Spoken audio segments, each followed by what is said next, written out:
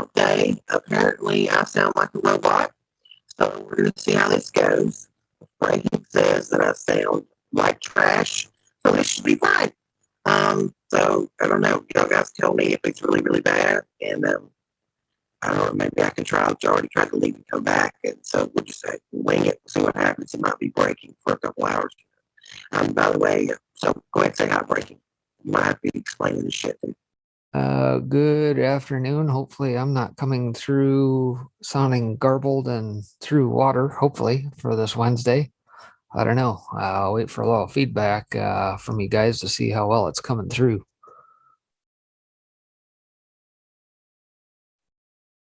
5x5, anybody over on the D-Live side, over on YouTube, anywhere?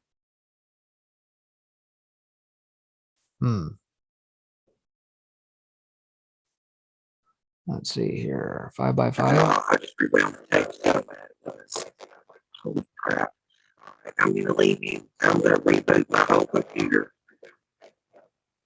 All right, sounds good. In the meantime, I guess I'll take off. We'll see what happens here. Good to have you guys aboard here on this now Wednesday, the well, what day are we? We are up to the 7th day of July already. A few days past Independence Day. Hopefully you guys had a good one here. Hopefully you celebrated and didn't take in too much garbage news and that with all the shenanigans and that going on. Myself, I've been on a little bit of a digital detox as of late, so just getting kind of back into the swing of things here and trying to get you guys up to speed on some things and that going on here today. That being said, let's see who all is out here. We've got, it appears, so let's see, Marengus 91, Starwalker 77, me is Bells, 5x5, sunny days. All right, sounds good. Hey, by the way, hopefully you got the message. If you want to come in early here in the next hour and a half, that's fine. You can do that. Facts over feelings. Good to see you over on the YouTube side. Tony Williamson, June Gower, the Druid, Lizard King, John Jordan. Good to see you guys. And boy from Black Stuff, Joe Benson. Good to see you guys here all on this Wednesday as well. So that being said, some interesting news, obviously, to lead off the day with here. And I guess, let's see, let me bring that up here. Some interesting stuff by way of what is going on down in Haiti. And for those that don't know, well, here we go. And hopefully my stuff decides it wants to cooperate here. Here we go. All right, so apparently leading off the day today, Haitian President Jovenel Moise assassinated in his house. And yeah, very interesting here what is going on, because obviously we haven't heard squat out of Haiti in quite some time. And the last you recall, in the days of Q, in the early days, we thought that was some of the rat lines net being shut down. We had folks net being knocked off the time for exposing things. And then here we are a few years later with much the same still going on. But this out of Zero Hedge here this morning says Haitian President Jovenel Moise was shot dead by unidentified attackers in his private residence overnight in a barbaric act shortly after midnight on Wednesday morning, the government said, stirring fears of escalating turmoil in the impoverished Caribbean nation. It says the 53-year-old president's wife, Martine Moise, was also shot in the attack that took place around 1 a.m. local time and is receiving medical treatment.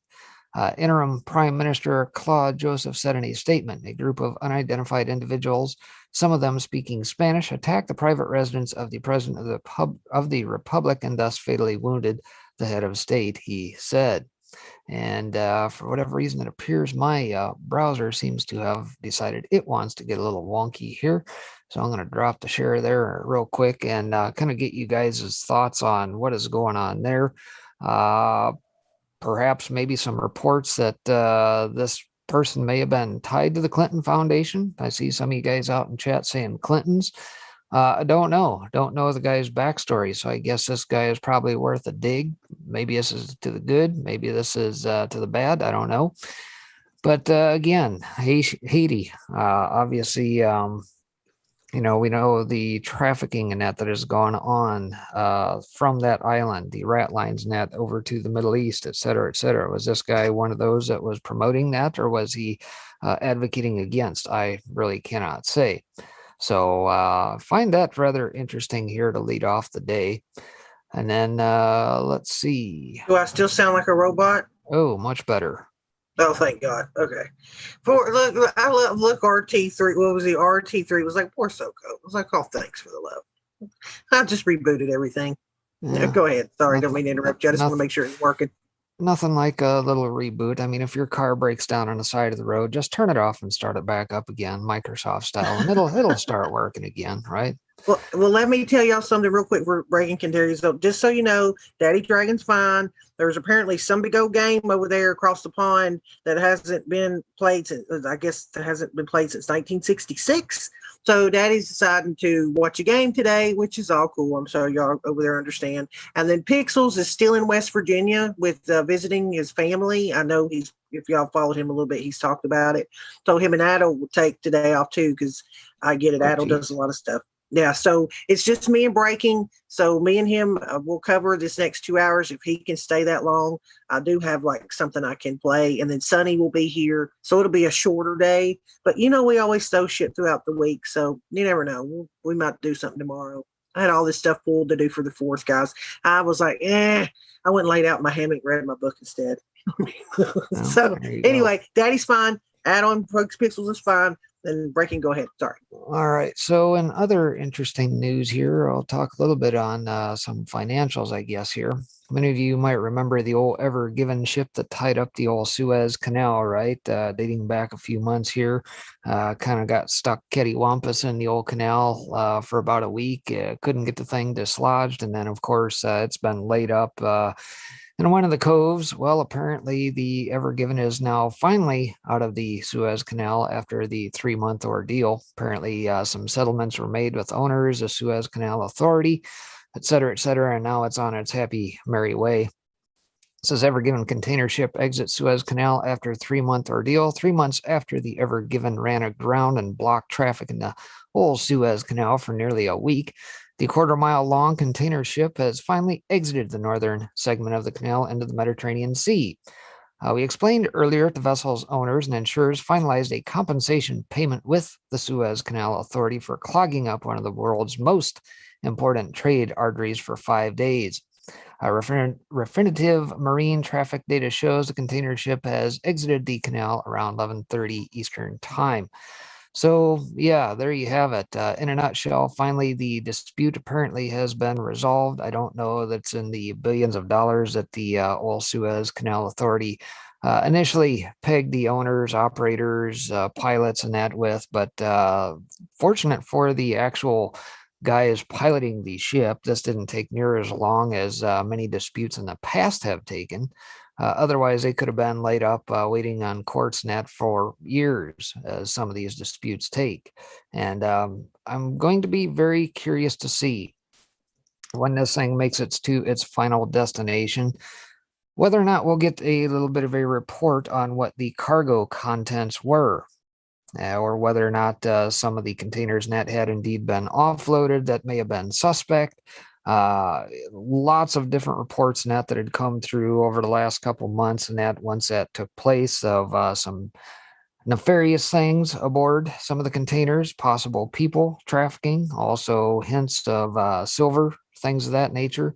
It's hard to say, but I'm going to be very curious to see if we actually get a report on the back end of this depicting what exactly was aboard this vessel.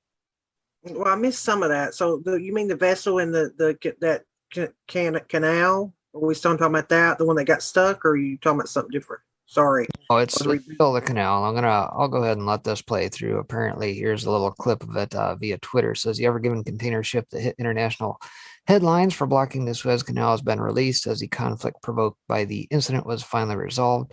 Sputnik correspondent reports.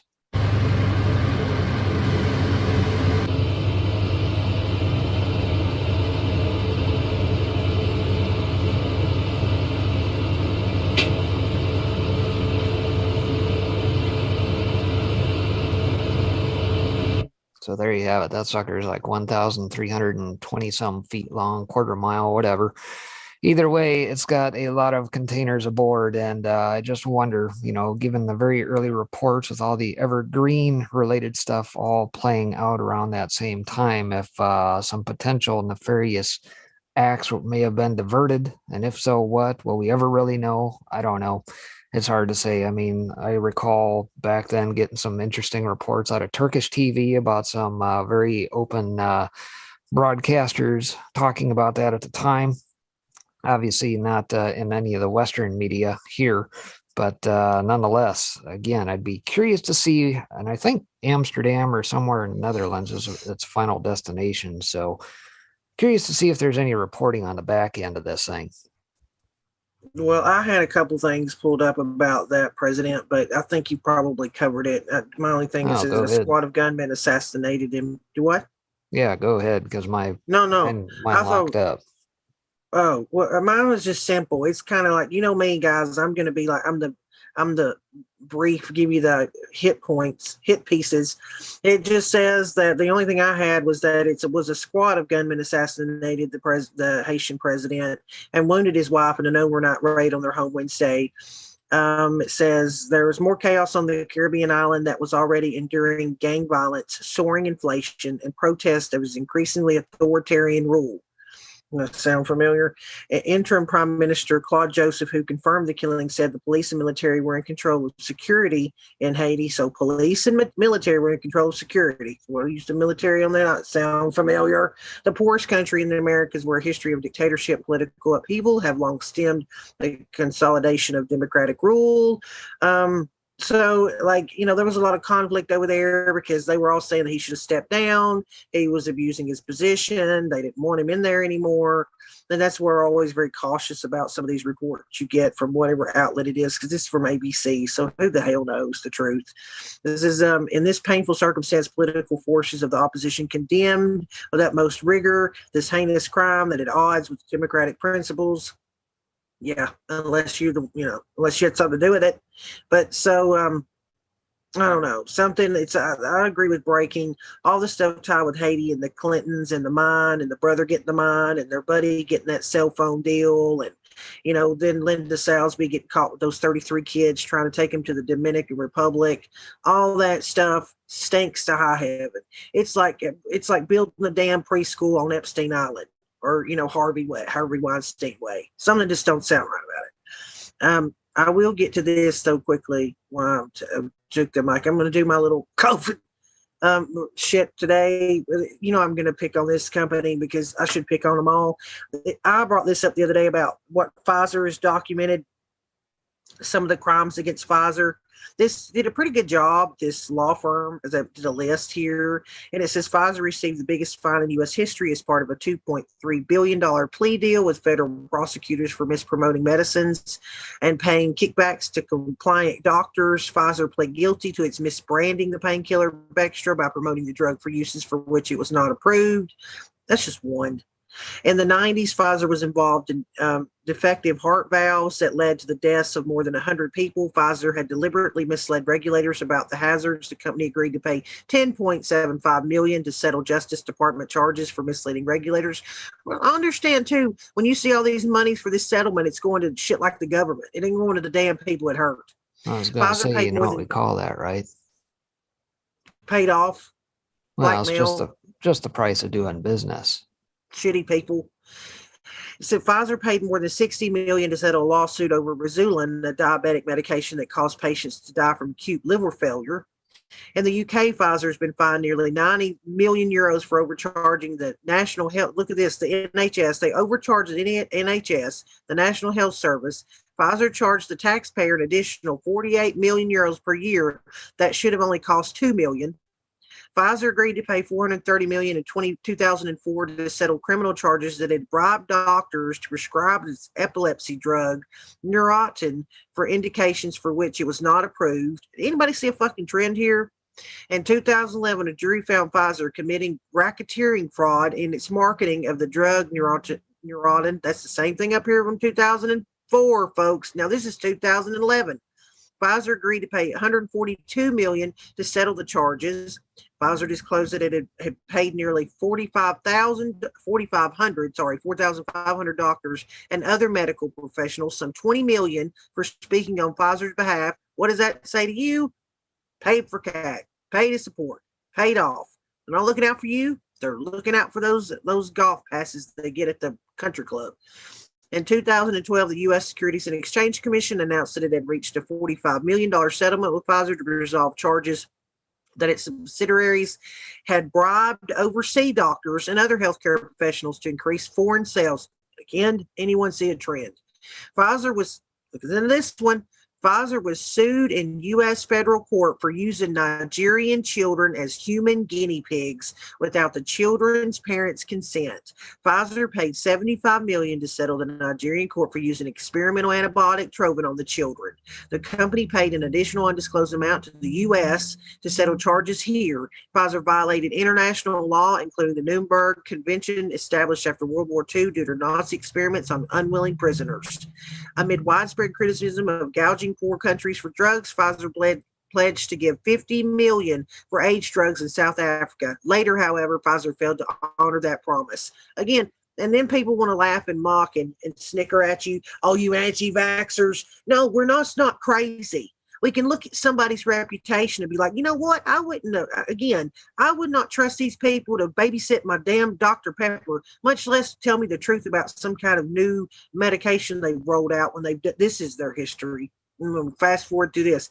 Anybody's heard about this Lambda variant? Unusual mutants may be resistant to vaccines. But on down here in the article, it's talking about how they're saying, well, this is why you need to hurry up and get it. You need to hurry up and get the vaccine because this new Lambda's coming out. Something that they're saying they don't even think this other vaccine they're shoving will do anything to prevent. Again, it's okay. We'll just keep injecting you with shit. What happened to Delta? Did we already shuffle that one out of the way? Did that one already go through the news cycle and now we're off to the next? Oh yeah, we're down to the Lambda. Okay, we're at the Lambda one. That doesn't sound like a seniority for the damn skull and bones. I don't know what does. What's the next Greek letter after Lambda, folks? You guys can put it out in chat. Bullshit. And then this one really gets me. Yeah, and I know y'all probably heard about this, about the announces the door-to-door outreach teams to get Americans vaccinated. We're going to send people to your door just like they did in the 1920s in that smallpox story I covered for you guys a couple months back, where they sent people to the door and drug people out by their damn heads and then inoculated them with, and then sent them to pest houses. Remember when I covered that shit? But now he's saying we're going to go knock on your door, Hey, you got your papers? Oh, you don't? Here's the gulag. Good luck with doing this shit. Who's he going to send to your door? Who's going to be the first one to draw their weapon against somebody showing up their door before it finally scares them enough to say, I ain't going to all these people's doors? Because I guarantee you that's going to happen. Doing that shit out in the country. Out in the country, people ain't going to be taking, anyway. And by the way, the PCR test that they're still using to this day that should never be used to test for COVID. Guess what? Kids are using soft drinks to fake positive tests. Did you know that? You can either have COVID or Coca-Cola. You know what I mean? Maybe that's why Coke's pushing the be less white thing, because their Cokes can test you positive for COVID. Yeah, it's happened. Children are always going to find cunning ways to bunk off school. So in order to skip school, they're faking their COVID test. A trick to fake a positive COVID test using soft drinks. So how are fruit juices, cola, and devious kids? I want you to notice something right here. I noticed this in this article. So this was all about Cokes, right? But right here it says fruit drinks, fruit juices. So it's not just Cokes, it's fruit juices as well. Well, wait a minute though. What do you think is in most of these fruit juices? Not real fruit. They use a little bit of extract and then they use all these colors, right? And all these colors have been proven to be carcinogenic. They've been linked to cancer. Yellow color 6, blue color 12, all these things. You can go back and research that stuff for yourself. But between that and aspartame and everything else in there, high fructose corn syrup, take your pick. It's not real fruit. Well, he says, first I thought it best to check the claim, so I cracked open a bottle of cola and orange juice, then deposited a few drops directly on the LFT. Sure enough, a few minutes later, 2 lines appeared on each test, supposedly indicating presence of the virus that caused COVID-19. It's worth understanding how the tests work. If you open up an LFT device, you find a strip of paper-like material called nitrocellulose, a small red pad hidden under the plastic casing below the T line. Absorbing the red pad are antibodies that bind the COVID-19 virus. They are also attached to gold nanoparticles. Tiny particles of gold actually appear red, which allow us to see where the antibodies are on the device. When you do a test, you mix your sample with a liquid buffer solution, ensuring the sample stays in the optimal pH before dripping into the strip. The fluid picks up the nitrocellulose strip and picks up the gold and antibodies. The latter also binds to the virus. If present, further on the strip next to the T for test are more antibodies that bind the virus. Basically, the bottom line is, yes, the kids are using damn Coca-Colas and orange and fruit juices like orange juice, all this other shit to fake a damn COVID test. But hey, nothing nefarious going on. Arizona's straight up. There's no issue with the election. There's no problem with this damn test, even though the guy that developed the damn thing said it should never be used. Nothing to see here, folks. Nothing. Does it say where around the country they're actually doing this? Because one, aren't kids on school break at the moment? And number two, how many big time schools that have got unions backing them actually went back to school? I don't know. It doesn't say. It just says, listen, I guarantee you this shit somehow got on Telegram or TikTok, and God only knows how many times it's been used. They'll never tell us. We'll never know the truth. They'll never investigate it because it's another number. They can add on that scary ticker on the side of CNN. Yeah, I guess it's slightly reminiscent of the fruits and that they tested. Where the heck was it in Africa? Which country? I forget. Chad or Zimbabwe, I don't know. They tested some crazy fruits and came back positive tests. So should tell you everything you need to know. I was trying to see if I could find out for you real quick. If it was, tell us where kids have taken media. Yep, see, told you. Kids have taken to social media, including TikTok, to demonstrate how the acid breaks the test and produces a positive result. So who all know? God only knows if it's on TikTok. It's probably everywhere, right here.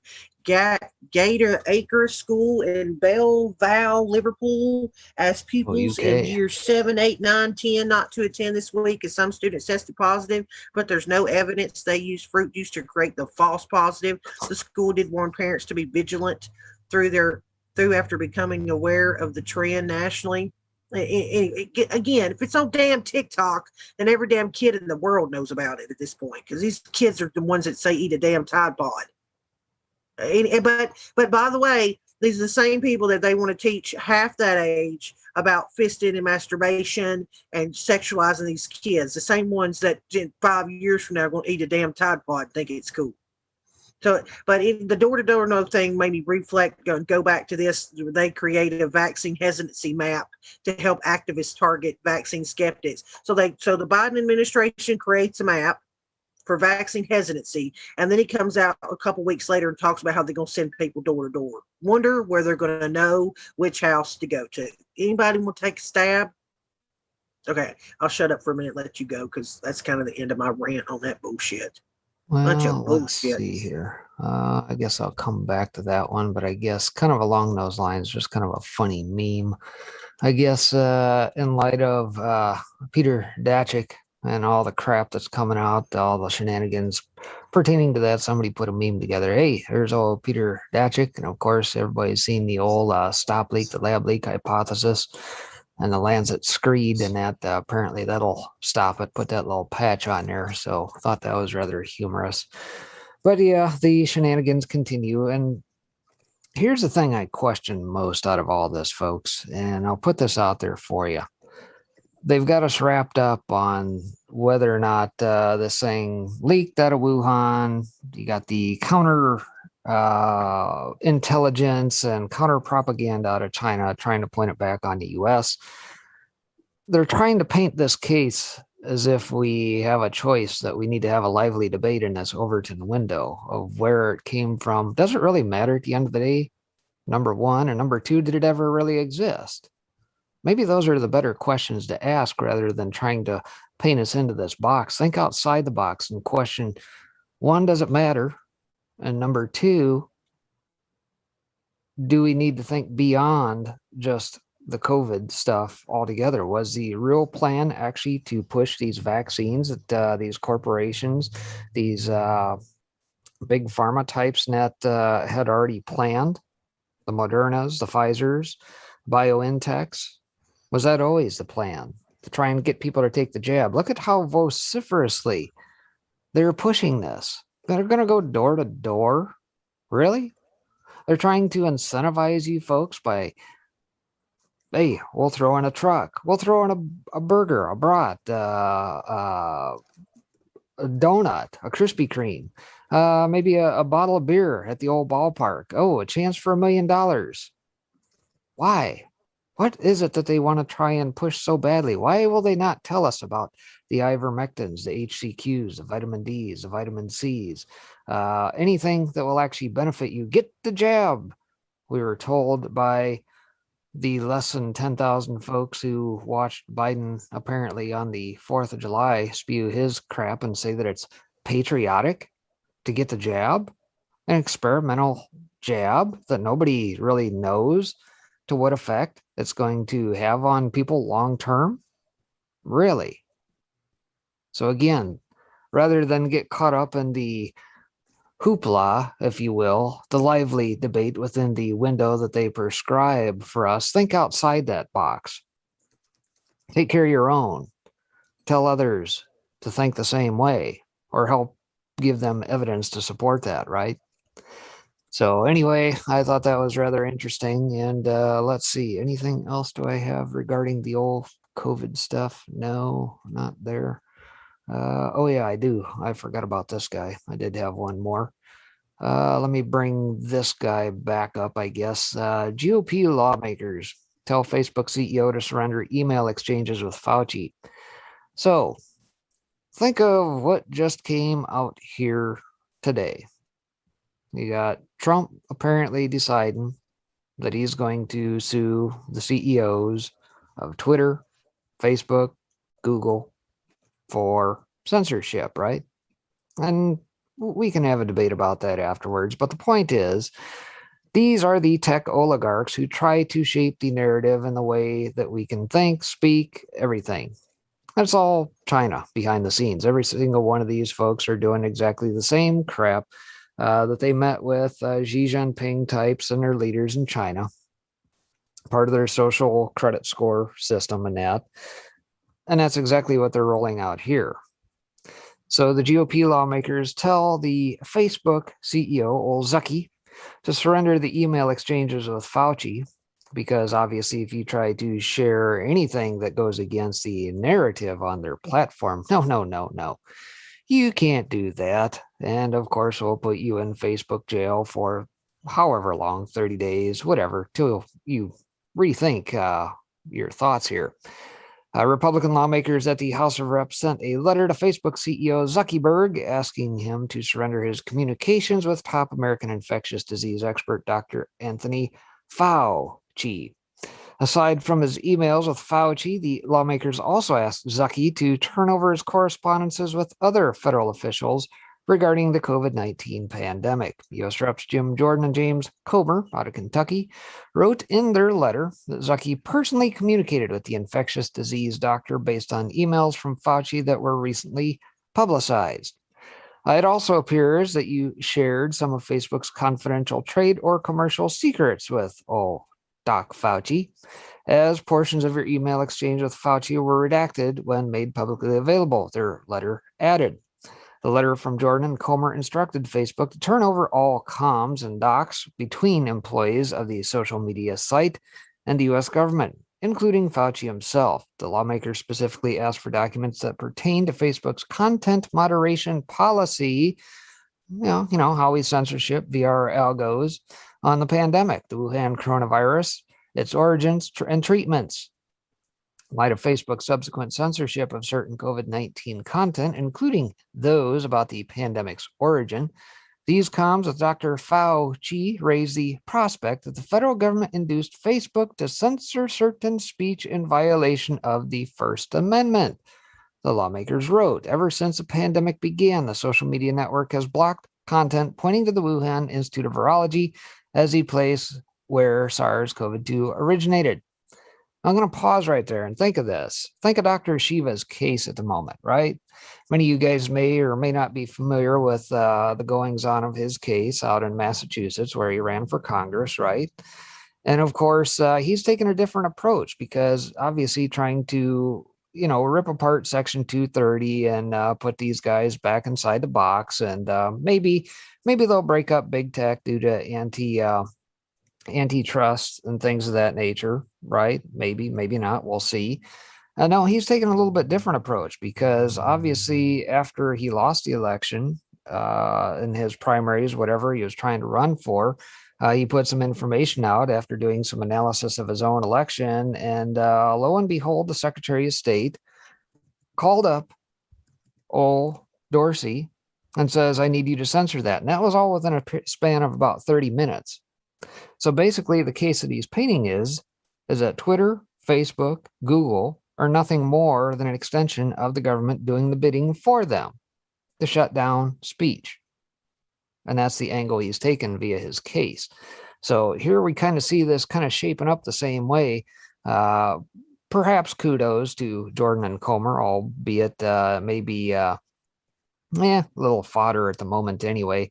Last thing we need is more investigations and garbage net through Congress, but nonetheless, speaking to Fox Business, Jordan said the exchanges between Fauci and Zucki definitely raise questions with Congress deserving an answer. He explained there are probably two explanations. It's either Zucki and Facebook were duped, like so many Americans were. I find that to be doubtful, and thought Dr. Fauci is the smartest man on the planet, or they were working with the government. And I tend to lean toward the latter, and it seems to be more of the latter. Facebook essentially became a propaganda arm for the U.S. government during the pandemic. Well, of course they are, folks. Please. Did we not learn anything over the last 3-4 years? For those that followed Q, what have you? Many of us already knew this, but think back to 2001 when Facebook came about via its IPO. What was it actually called before Facebook came about? And who was that founded by? DARPA. Hello. DARPA. Now, is DARPA part of the government or not? Yes. The correct answer is yes. And did all those people on one day suddenly all get fired? And then the next day, they hired a whole bunch of new people to replace them on the day they had their initial product offering, their IPO, and they got put up on the stock exchange? Of course not. You're dealing with government versus government here, folks.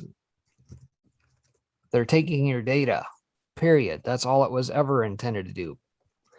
A March 2020 exchange between Zucki and Fauci were among emails that went public. The Facebook CEO said in March 15th email that he proposed a coronavirus information hub. According to Zucki, the hub's purpose was to ensure people can get authoritative information from reliable sources. Who determines who those authoritative folks are? And who says that they're reliable when they don't even put their sources out there? Stelter, Cuomo. Facebook CEO said in his email, as a central part of this hub, I think it would be useful to include a video from you because people trust and want to hear from experts rather than just a bunch of agencies and political leaders. Who decides that they're the experts? The dude's a bureaucrat, been there for 30, 40 years, highest paid dude in the government, $400K a year. He's an expert. The guy had been outed many years before, right? And this guy is supposedly an expert. Big League Politics reported Fauci warmly received the plan. Director of the National Institute of Allergy and Infectious Disease called Zucki's proposal terrific. In his reply, Fauci added, I would be happy to do a video for your hub. We need to reach as many people as possible and convince them to take mitigation strategies seriously, or things will get much worse. Ridiculousness. Fauci, Zuckerberg, special place in hell for you two folks. Crimes against humanity is all I got to say about that. Yeah, they don't. They don't have your freedoms. Well, you know what got me the other day is um, whenever I was watching someone showed up at Zuckerberg's house to did a statement about something to try and, like, get a little interview on the street. The man literally ran from them, and was like, no, not right now, not right now. And you schedule something. Call my says they can schedule a time with you. And I just found it wholly ironic that this man felt like people were invading his space because he was around his house, and yet he also justifies what Facebook does by stealing your personal information and not telling you. It's like, see, they don't want to live by the same standards that they find it solely acceptable to put on you. Yeah, that was never the intent with Facebook. We were sold a bill of goods at the beginning. And remember this, folks, at the end of the day, if you sign up for a platform and it's free to use, you are the product, meaning all of your data. We have got to wise up, folks, here. We have got to personally take responsibility for all of our online data. And we need to put that back in the hands of us, because we are the ones that create, not them. They're the ones that are monetizing all of that and using that against you. Now, whether or not you choose to believe we need an internet bill of rights, maybe, maybe not. At the end of the day, though, it's going to boil down to we, the people, taking responsibility for everything that we have, data online or otherwise. Anyway, my 2 cents. Yeah, it happens. I don't know. Yes, these people are idiots. All right. Well, aside from that, let me bounce back over to some other financial news quick here, I guess. Oh man, we're only 30 minutes into this. We got a long ways to go. All right, fake chips. I know, right? I have a few things. Listen, if you're wondering what I'm doing, this is what happens whenever you're trying to do stuff on air live. Right now, we've got an issue with Foxhole. Our Foxhole is not coming up, and I'm out on the side talking to one of the developers because he's telling me to toggle it off and on. So I'm literally in DMs right now trying to figure out why our Foxhole's not working. So I'm sorry, that's why I've let Breakhead do most of the stuff while I'm trying to figure this out on the side. Yeah, we've got other platforms, folks. Don't forget, right now we are up on YouTube for however long that lasts. Just coming back from our nice little Susie implemented vacation for us. And of course, we are over on Trovo. I'll drop the link out there again here momentarily for those that wish to find us over there. Obviously, we are also on the old D-Live and, of course, Foxhole when it's working. So nonetheless, we are on a number of platforms. If one doesn't work for you, or if one is buffering, jump over to the other one. Make sure you're signed up just in case. That being said, fake chips flood China market, fill overseas supply chains. You've heard me talk about this right here for, probably at least a month and a half as this saga unfolds. If you recall, dating back now here, probably the last couple, 2-3 months, chip shortages and that are causing all sorts of problems in the supply chain, everything from automotive to everything from computers to you name it. All these chips and that, because of how the supply chains work and the farming out of all of our products overseas, they're literally funneling down to 2 or 3 suppliers net over in I would say Southeast Asia, somewhere in those parts, from Taiwan to China to Japan, you name it. That's where a lot of our semiconductors come from. Also along those lines, you've heard that I think Arizona here and probably the next 3 to 5 years, maybe 10-year outlook. I forget who the chip maker is here, if it was Intel or whoever is supposed to be building a plant here for 3 nanometer chips. So what you see there on screen, folks, that is huge compared to how big the actual chips are that they're expecting to produce. And by the way, they can't even build chip making machines because they themselves need chips to be able to produce chips. So they've got themselves a little bit of a conundrum here, but nonetheless, now we're finding out of the Epoch Times here says counterfeit products have been circulated in China's electronics market for a long time. Gee, there's a shocker. Do you think these guys give two hoots about quality? Hell no, they don't. It's about quantity. It's about shipping it out the door, make quick, fast stuff that's not durable, makes you have to buy stuff again in 3 to 5 years, if not sooner, right? They don't care about that stuff. They also don't care about intellectual property. They never have. And hey, never mind the fact that we had a wide open server situated in, somewhere in upstate New York where a certain HRC lived. And hey, it's just wide open to take whatever they wanted. But I digress. Says, however, as the global chip shortage intensifies, a large amount of refurbished, substandard fake chips are flooding the market, exposing major deficiencies in China's quality control standards. Quality control standards? What quality control standards? I'm unaware if they have any, frankly. China Economic Observer reported a chip agent revealed that to meet the growing demand, suppliers were no longer keeping their counterfeiting practices secret. No longer keeping them secret. Instead, they are openly creating separate production lines to expedite the sales of counterfeit or refurbished chips.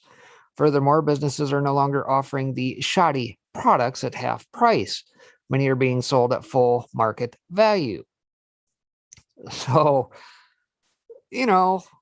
folks, that F-150 that you want to buy that is now sitting around Kentucky Motor Speedway in parking lots, by the thousands, or perhaps that Dell computer and that you want to buy, you want to upgrade, or that Samsung TV. Well, guess what? It's highly possible that thing may get a counterfeit chip thrown in it. And that truck may leave you stranded on the side of the road after 6 months to a year, or your TV may just quit working, or your PC may not even work at all. Think of that. Real nice. The agent identified 2 types of counterfeit chips. The first involves recycling used chips from e-waste by removing the logo and cleaning them for resale with new packaging.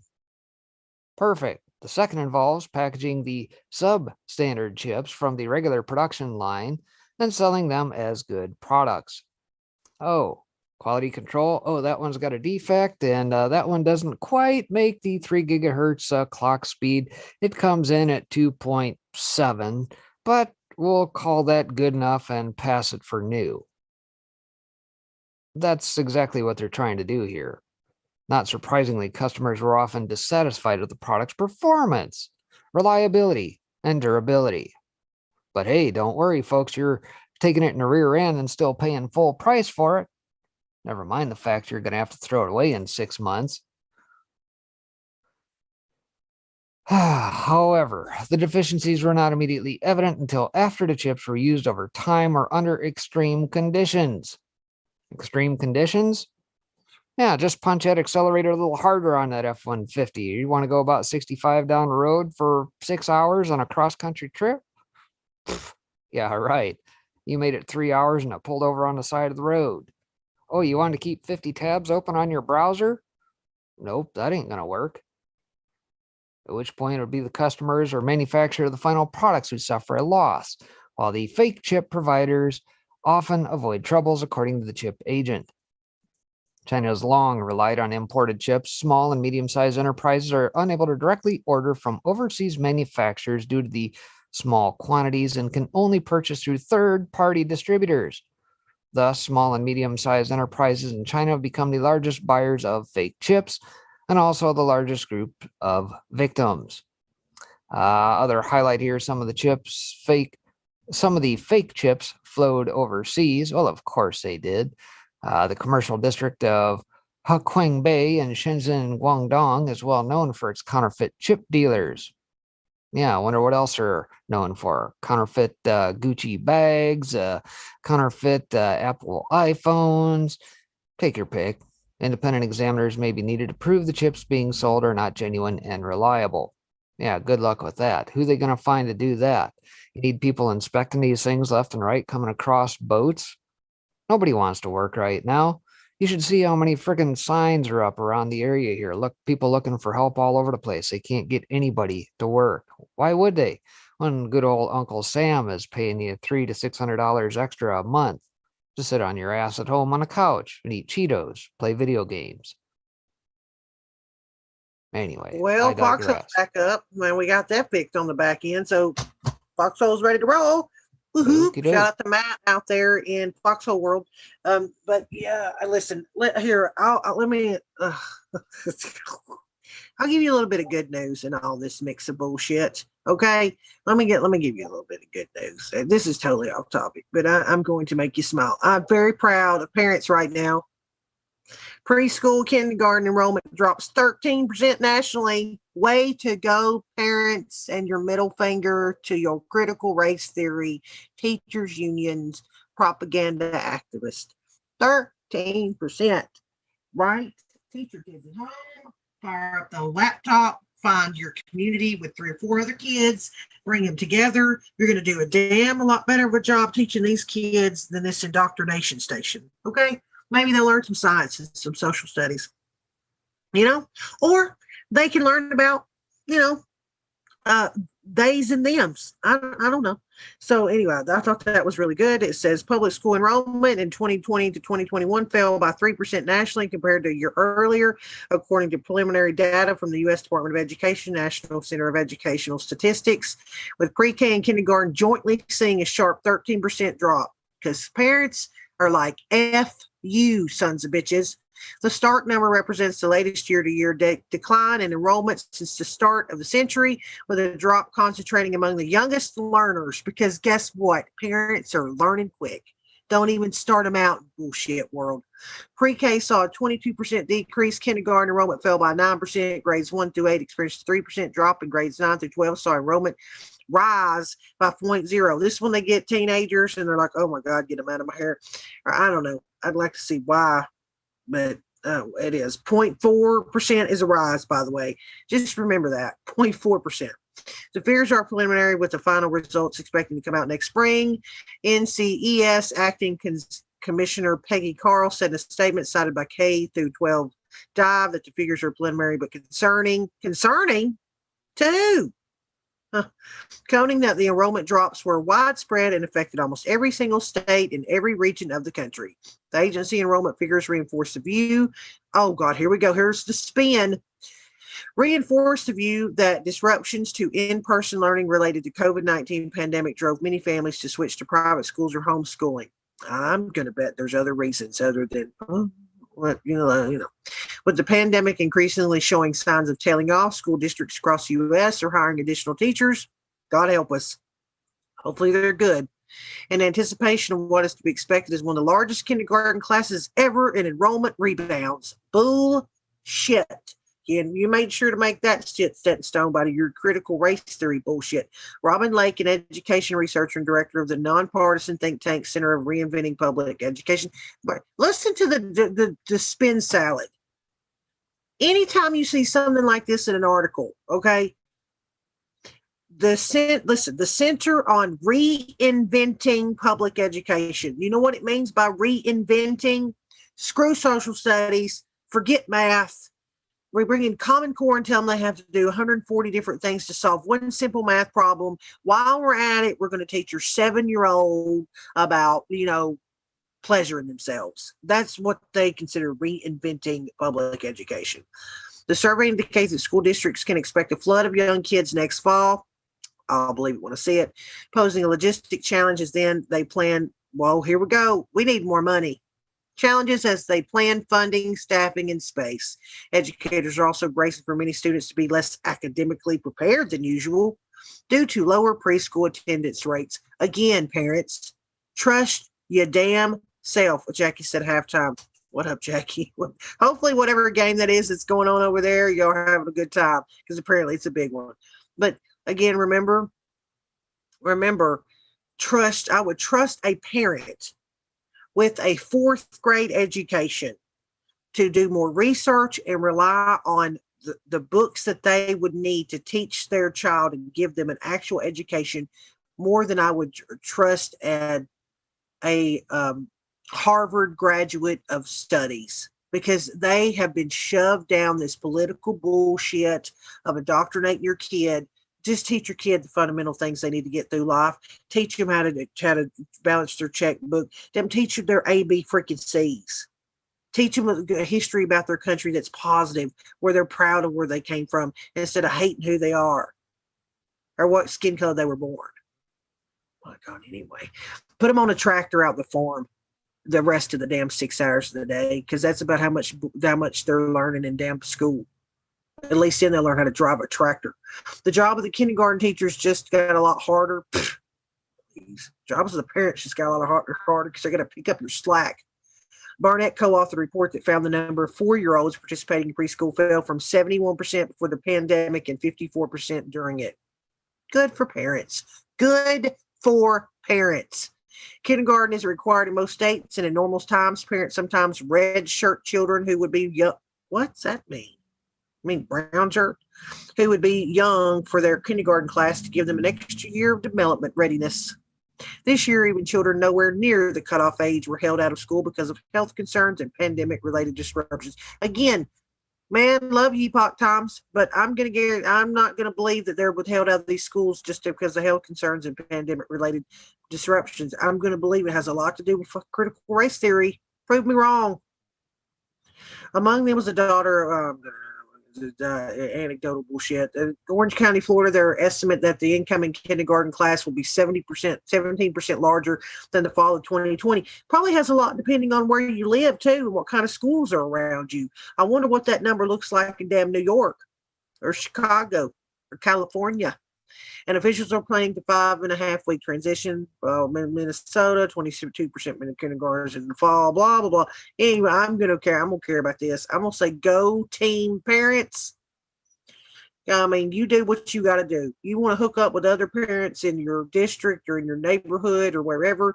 And like I said, in a nutshell, what I think parents should do. You should find several other parents that have kids around the similar age room. They ain't got to be all 7. They can be from 6 to damn 10 years old or 12, whatever. It's the one-on-one shit. They can get a lot of the stuff from the material they read.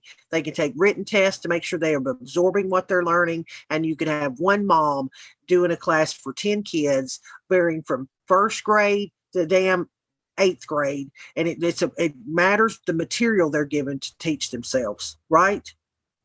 2, support that mother, support that parent. You other parents that find her and she's willing to do it, then you provide the lunch for her kid and breakfast for her kid as well. You make sure that woman don't have to buy a daggum thing for her house to supply for those kids, just like you do for regular schools. And then you support her in taking these kids on a field trip once every couple of weeks, especially in good weather. Because I can't think of a better enjoyable time I had as being in school when we'd take field trips and get to go look at fun stuff and go to museums and all that other stuff. Support her and pay for her to go do that. And I guarantee you, man, your kid will be happier. You'll feel like you trust the person they're with a lot more. There's it. There's school for SoCo's school of thought on that shit. But go parents, pull your children out of these damn indoctrination stations. Well, go ahead, break it. Not only that, and I don't remember if we talked about it or if I was talking to somebody outside in the real world, I guess, about this, but teachers are actually getting fed up with this crap too, and they're quitting the system. And I've heard that some teachers are actually going to start up doing their own schooling, if you will, taking on 5, 6 kids, something along those lines, whether it be whatever curricula and that's out there. There's a number of them that are out there, whether you like Ron Paul Institute or I think Hillsdale, maybe another one. There's many that are out there that are far better than what the state offers. And it's going to be minus all the BS. But that's exactly what needs to take place. You know, just like the gals net that stood up at their Fox and CBS news stations and outed their station managers for the nefarious affairs of crap that they do. We need teachers to do the same thing and take a stand and say enough is enough. And parents who feel the same way and want to support good teachers that are in the system who are getting screwed by the system and pushing us trash, I commend them. Yeah, start something up. You know, unfortunately, and I have to laugh about this because I've been a long proponent of this, that it's almost funny that we're going to go back to one-room schoolhouses. You know, the grade school that I went to actually did start out as a one-room schoolhouse, and they built onto it. The grade school that I went to back in the day. And, you know, back in those days, you had kids from first grade to eighth grade all the way up, learning whatever skills by one teacher. You know, Yeah, we could be returning to it, that. Pure English has said Twitter suspended primary school account for making video of the children supporting England team. Oh shit. See, this is getting too crazy. And no, John Pierce out there in YouTube, Daddy Dragon is watching some big old game y'all got going over there across the pond. He said one hasn't been played like this since 1966. So Daddy, I guess, is deciding to pull up his chair at the local pub, get him a, what do y'all call it, a pint over there, and enjoy the day off watching that game. So you know he Yeah. will be, but he's fine. He's fine. Go ahead. But continuing on that thought, though, you know, the other thing in my mind that has to happen is enough of these nurses and doctors and that, whether you choose to say it's the America Frontline folks or what have you, I'm a long believer and have been for quite some time that we will see the days of the return of your little black bag carrying doctor showing up at your doorstep for whatever ails you and prescribing right there on the spot and bypassing the system. I Yeah. firmly believe we're going to ultimately get back to that, and that people are going to have enough of the BS being pushed through insurance, because we're not dealing with healthcare here. We're dealing with sick care. Much the same way we're not dealing with education, we're dealing with indoctrination, not teaching you how to think, but pushing you into what they want you. It's not about teaching, it's about changing your perception of things, I guess, right? At the end of the day. So, Yeah. aside I from, have. Go ahead. well, I was going to say, kind of somewhat along those lines, and perhaps a tragedy of said system. I don't know if you remember the two gals in that carjacked this guy in DC and ultimately killed him for dragging him around the corner down the street. It was an Uber driver. Apparently, this 14-year-old who carjacked and murdered the Uber Eats driver in DC was sentenced to juvenile detention. Are you shitting me? So this just came out yesterday out of Gateway Pundit. It says, as previously reported, the 15-year-old girl who killed an Uber Eats driver in DC along with a 13-year-old accomplice, who's now 14, pleaded guilty to felony murder in May. The 14-year-old was sentenced to juvenile detention over the fatal carjacking. According to reports, a 14-year-old will remain in detention until she is 21. Per a plea deal reached with the prosecutor's office in April, the 15-year-old girl, who has not been named because she is a minor, will not be sent to prison or be held past her 18th birthday. The murder and carjacking of 66-year-old Muhammad Anwar horrified the nation as it was captured on film by a witness. The teen girls tasered Anwar during the carjacking, and he was killed when the car quickly surged forward and rolled over. After the car rolled over and crushed Anwar, one of the teens began looking for her cell phone that was in the vehicle while walking nonchalantly past her victim's mangled body. A GoFundMe for Anwar's family has raised over $1 million so far. So this is what justice looks like when you have DAs that are pushed and installed by George Soros folks. Well,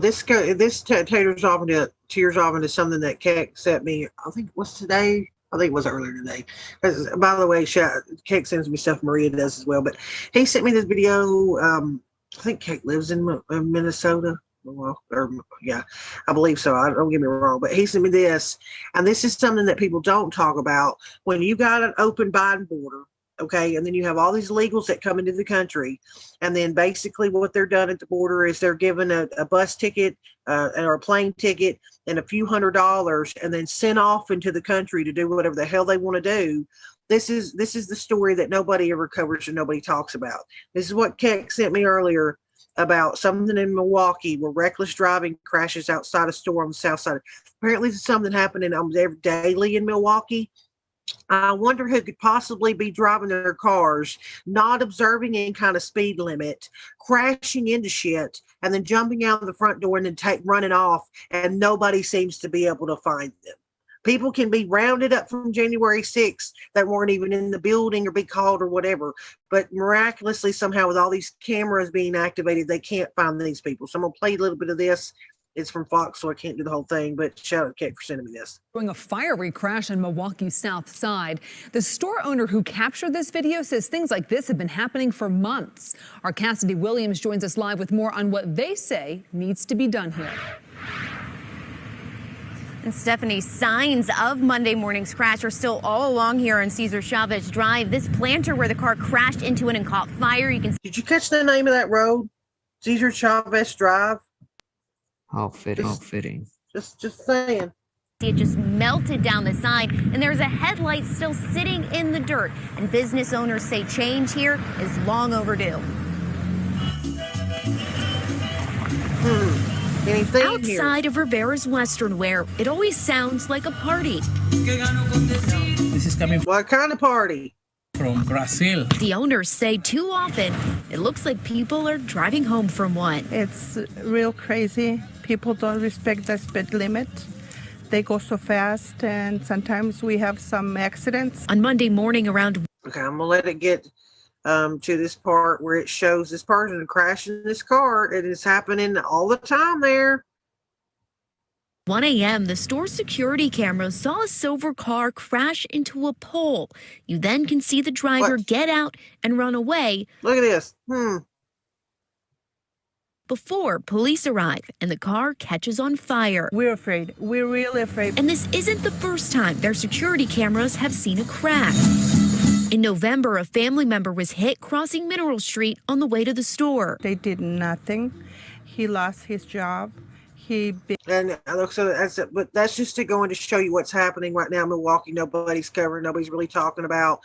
Wonder why, who might not be observing the laws, who might be speeding, who might have a car that they purchased that they just decide to get up and run away from and leave. Yeah, that's happening. I mean, I could see no blowback from allowing a bunch of people into our country that don't respect our laws, come here breaking the law, and then you know, I don't know. Just a thought. Go ahead. Go ahead. Thank you for the video. Well, from one city to another, just south of there. One site that I like to peruse periodically on old Chicago. I'm sure Lightfoot really loves these facts. Beetlejuice, Beetlejuice, Beetlejuice. I'm sorry. Every time I hear that woman's name, I can't help it. HeyJackass.com always has the latest stats on what's been going on there. Apparently, the 4th of July between Chicago and New York. I think they're having a race to see who could have the greatest shoot 'em up. But July to date, shot and killed, 25. And this is what, the 7th day already? Shot and wounded, 135. Total shot, 160. Total homicides, 28. And that's just July to date. Week in progress, 7-4 to 7-10. Here you see shot and killed 9, shot and wounded 75, total shot 84, 10 homicides. Year to date, we're not doing too bad. Shot and killed only 357. If wounded 1,743, 2,100 shot, 3,800 homicides. But hey, Beetlejuice, I'm sure it's everybody else's fault, like Indiana, Michigan, Wisconsin, Iowa, all the surrounding states. They're the real problem, not your failed policies, as in every damn run city around the country. So, July 4th apparently was, as they call it, a shit show of the year. There was a time when this weekend was a lock for one of the most violent of the year, but these days it's just another weekend with an extra day thrown in. However, this year may be additionally stupid because out-of-town Browns City Council No Ring Circus apparently cut into his office time where he was still trying to figure out the grid system. So there you go, folks. Some of the stats on that. Again, this is just Chicago. I wish Hey Jackass would expand to include other cities like Baltimore and heck, I might as well throw San Francisco in too here as of late because hey, it's totally illegal to shoplift up to $1,000, and like we saw in the last day or two, people just can go in, do a Neiman Marcus, and walk out with a kitty full of stuff, and nobody bats an eye anymore. Well, I'm going to spin this a little bit. I'm going to give a throwback to most of you don't know I don't announce this stuff publicly. I should do a better job of it. I try to like secretly and like search for people that I'm interested in hearing about their culture, their background, what's going on with their country. But for a couple years, I have been trying to find someone from South Africa. The reason for this is I did an interview and was very close friends with someone that was from South Africa.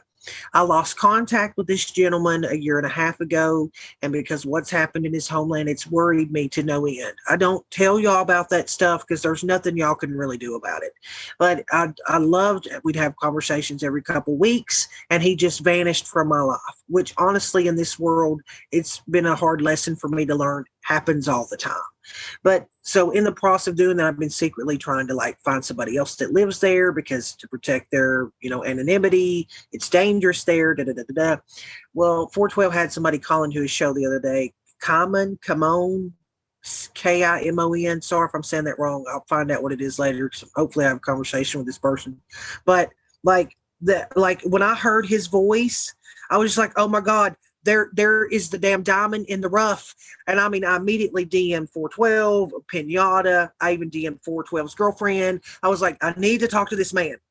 So he sent me an email. We emailed back and forth. And he sent me a video. And I'm going to play it because, again, you guys don't understand how hard it is to find someone from South Africa that will talk about what's going on in that country. I do not trust media. I do not trust the media that comes out of there because it's just as bad as it is in America.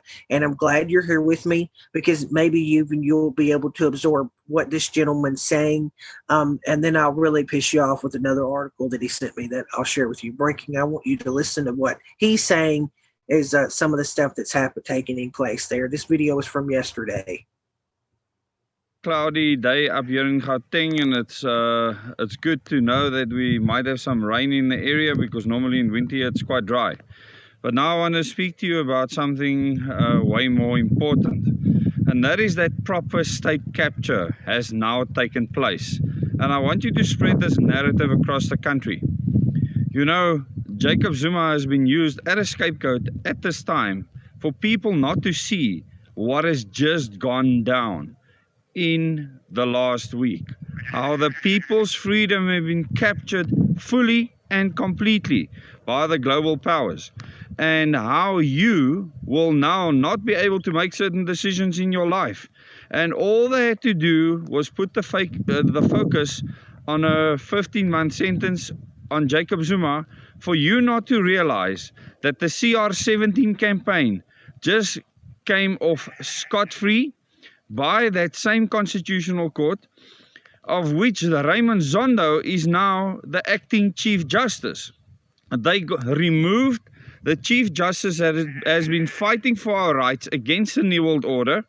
They've instituted a captured justice, and we know that he has been charged at the police, and there's a long story behind that I will also cover, because he accepted a 5 million rand cash bribe to be a part of the CR17 campaign. So what this means now is the highest court in the country has been captured, the Constitutional Court. In that time, they went and charged a 70-plus-year-old man, and they want to put him in jail for not appearing before the Zondo Commission when the Zondo Commission is captured. It's not that he didn't want to appear in front of the Commission. He didn't want to appear in front of Justice Raymond Zondo. He said he needs to leave or he will leave, and that's what he did. I agree with him 100%. Besides that, what happened was we were thrown under the bus. The Supreme Court of Appeal overturned the ruling by Judge Norman Davis on the level 3 and 4 lockdown. The blanket ban where he said it's unconstitutional and invalid, they overturned that blanket ban and threw us as the country under the bus. So if you want freedom, you need to now please stand up and understand what is actually happening. All the fake news that you've seen before, you need to put out of your mind and see what's actually going on, because you will have nothing left to fight for in future if you don't very quickly get on board and know which side of history you are standing on. Now, what this has proven is that the media in this country, they are completely and utterly captured. So we have media capture. We have real state capture. The top 6 in the ANC are completely captured, and for members, I'll do a very specific video on that later, so you can look forward to that. Now we have the highest courts in our country, the Supreme Court of Appeal, as well as the Concord, captured by people. Now, I don't know if they received money, if they actually believe in this Bavarian Illuminati doctrine of greater good ideology. Who knows what they believe? But their actions speak louder than their thoughts. And this is what's important. I want you to spread the word out there that we are in the worst state capture situation ever. And that this fake narrative was created during the time of Jacob Zuma, the moment he started opposing these New World Order plans and he wanted to remove South Africa from the International Criminal Court. The other thing that happened is that he was preparing the country for a fight against the agendas that the United Nations have imposed upon us. And just remember, he signed Agenda 2030 and then subsequently realized that this was a way to capture not only the Zulu nation, but all the different people of this country, and to remove their freedom. He turned against them completely, and because of this, they made him out to be the biggest criminal. And if you believe the mainstream media and everything they say, then you deserve what is coming your way. But there are tens of thousands of us that actually know what's going on, and we are making sure that you will remain free one day. And I hope that you will join us in this fight. I just wanted to make that patently clear. And I appreciate people's patience on that. Again, if you understood how difficult it is to get news out of South Africa, the one of the things, like the other thing that he sent me that will put your blood boiling, okay, put your blood boiling, is this other article, which I know this has been a problem going on over there. It's been going over in a lot of countries as well as here in America. But the increase in this child abuse, I'm going to say, because that right there would get you dinged on a certain platform, Wajiski, in South Africa. It says abuse of children, including rape is increasing at shocking rates in South Africa. Sexual violence against children, including the raping of infants, has increased 400% over the past decade. According to a report by BBC News, a female born in South Africa has a greater chance of being raped in her lifetime than learning how to read. We'll say that again for the people in the back. A female born in South Africa has a greater chance of being raped in her lifetime than learning how to read.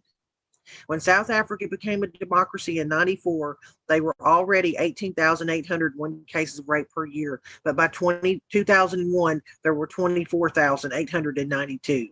Numbers vary by different institutions, but are nevertheless extremely troubling. The Institute of Race Relations found that more than 52,000 rapes were reported in 2000, and 40% of the victims were under the age of 18. The University of South Africa reports that 1 million women and children are raped there each year. 1 million. High-profile baby rapes. Number of high-profile baby rapes since 2001, including the fact that they require extensive reconstructive surgery to rebuild their urinary, genital, abdominal, and tracheal systems. Tracheal, people, figure out what that means. Increased the need to address the problem socially and legally. In 2001, a 9-month-old baby was raped by 6 men aged 24 to 66. After the infant had been left unattended by her teenage mother, a 4-year-old girl died after being raped by her father. A 14-month-old girl was raped by her 2 uncles. February 2020, an 8-month-old infant was reportedly gang raped by 4 men. Do you get the message here? It's disgusting. And sorry, people out there triggered don't want to hear it or whatever. You can't bury your head. If you don't think you want to hear it, imagine the kids that are suffering this. They don't have a voice. So guess what? We're their voices. So get over your I don't want to hear it shit. Because people got to talk about it or nothing will change. They'll get away with the shit. But this thing continues on, and I actually might do this as a separate thing because I want Breaking to be able to get to more stuff that he wants to talk about as well. But I cannot even begin to tell you how badly this pisses me off, as it should anybody. I think any warm-blooded person that's not a sicko, this would bother. By the way, if anybody's curious, this is from today. Yeah, it's not a year old. It's not 6 months old. It's from today. And I'll leave with this one. This is just one article where they're looking for these two men. Have you seen them? Mm-hmm. Yep. There you go. Well, where's Sonny when you need the happy upbeat news? But I'm telling you, I will not bury my head in the sand over these kids. I just won't do it. I will not do it. But what it got me is that first guy that he was talking about, the state's been captured. You know, it reminded me of kind of what we're dealing with here in America, where they convert all these judges and manipulate the judicial system and put in their plants that are, you know, politicians and all that other stuff. I mean, they're doing it everywhere. And I know we focus a lot here on America because that's where we live.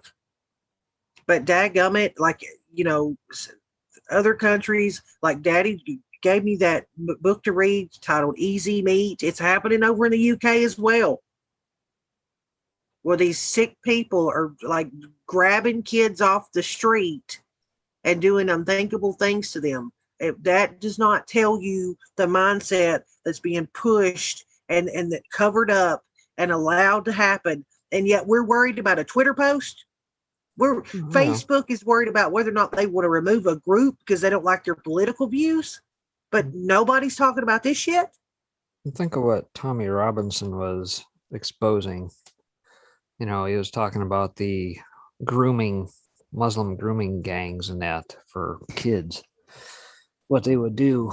And of course, what else have we seen? We've seen countries where there have been large populations of Muslims migrated in due to Soros policies across the EU. They'd love to do that here. And of course, one of the things that they have done in conjunction with that is lower the marriage age. Now, why in the world do they need to do that? Well, think about it. What did Muhammad do as per their teachings? You know, this is what they want to do, folks. They want to continue on this path because at the end of the day, we are just chattel to be used for their pleasure. And yeah, kids as young as 9 will become child brides on every land across this globe, this little marble we call Earth. That's what they want to push for. Remember, it was John McCain's wife that went and did that interview sitting on that platform that day that talked about they all knew about Harvey Weinstein. We all knew what Harvey Weinstein was doing, and they didn't do a damn thing to stop him. Well, but it goes, I guess right along those lines, I guess that's kind of a good segue into this piece that I got here. And take this for what it is. Dinesh D'Souza says the FBI is America's greatest terrorist threat. The chances are he's probably right. Why do I say that? Well, over the years, there have been a number of articles, some in my archives net that depict that the FBI is the largest holder of child porn on hard drives. And they are the ones that go out and honeypot folks out on the old dark web, pull people in, frame them. You know, much the same as what they did with the January 6th quote unquote insurrection. They honeypot folks and they infiltrate and get people to do their dirty work for them. And why do they do that? Well, if you're an institution like the FBI, it's not about justice. No, it's about protecting their interests and continuing on, make sure that their trades and that continue on, whether it be trafficking, sex trafficking, child trafficking, drugs, whatever. That's what they do.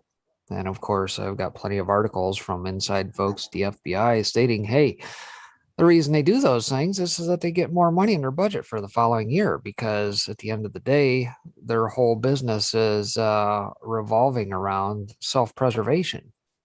You know, if they solve too many of these crimes and do too good of a job, then guess what? They're not going to have the funds for next year and they'll become irrelevant. So they have to keep doing this in perpetuity. See? You see how this game is rigged? And it's exactly along the lines of what Trump talked about when he was in office. Not just the clowns and not just what the likes of JFK says we need to blow these folks into 1,000 pieces scattered into the wind. Every single one of these institutions is cut from the same rug. Yes, there may be some good folks in there, but at the end of the day, these agencies do not have your and my interests at heart.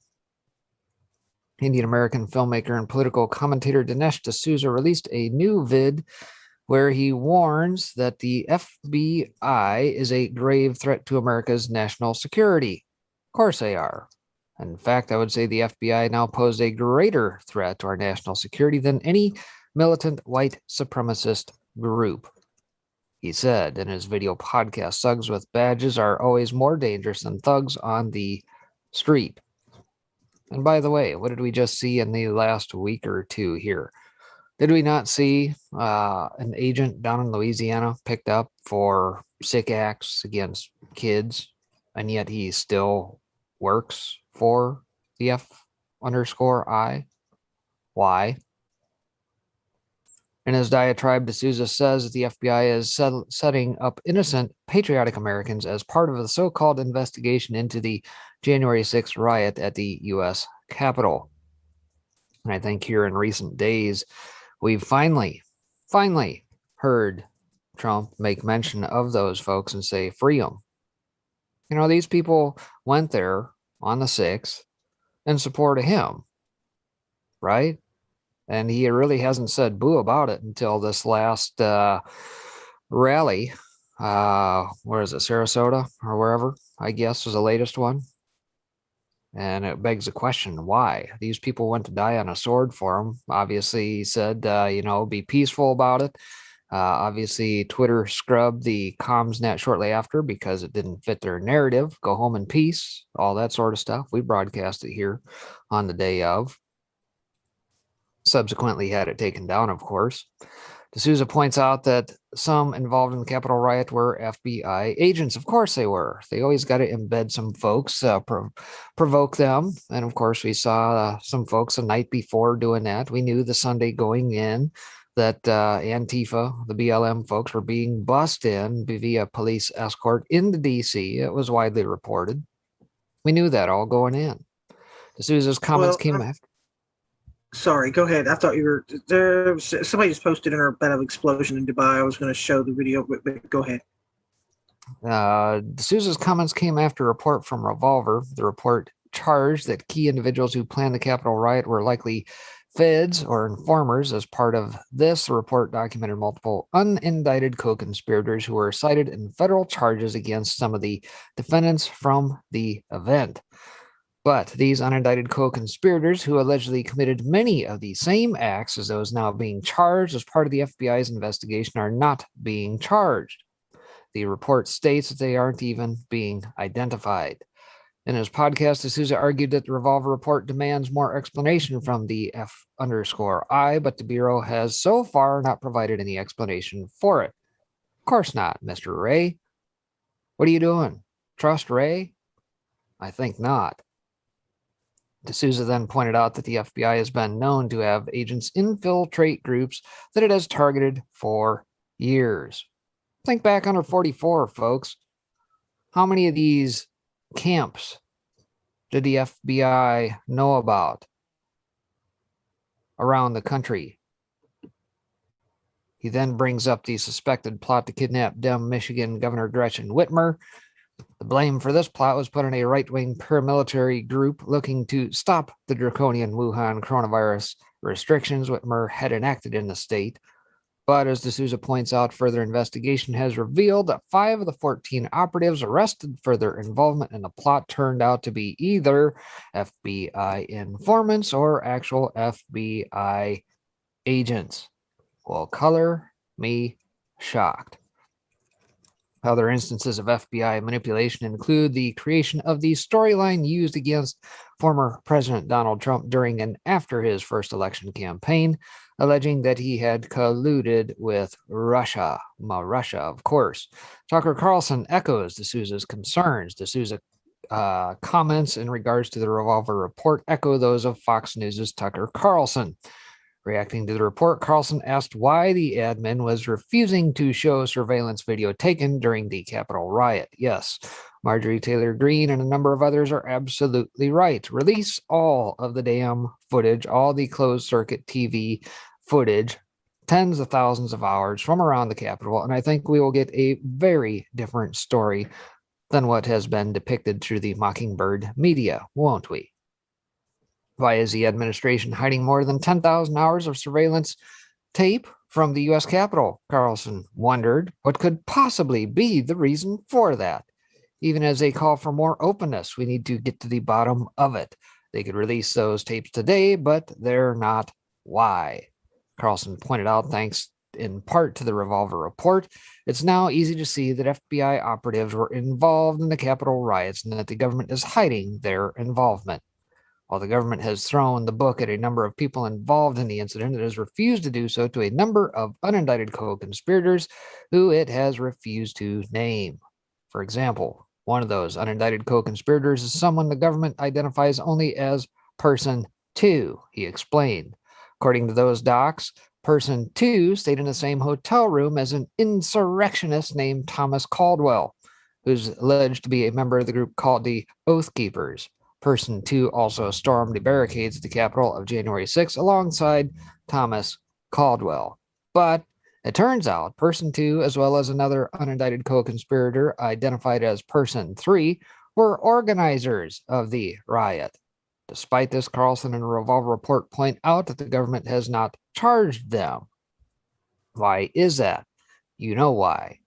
They were almost certainly working for the FBI. Carlson stated. So FBI operatives were organizing the attack on the Capitol on January 6th, according to government documents, and those two are not alone.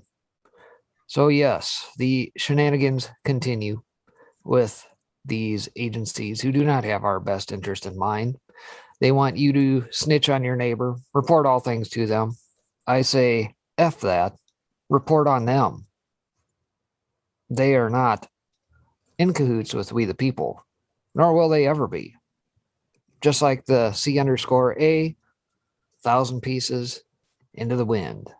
See ya. Yeah, I'm gonna go. Somebody talked in our D Live about this Dubai explosion,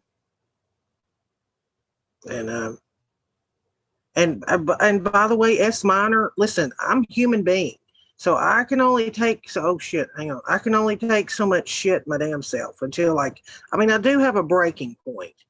And you can even ask Breaking. I've commented to him about your comments below our videos. I get you love Breaking. It's okay. He's a great dude. He's got a great on-air voice.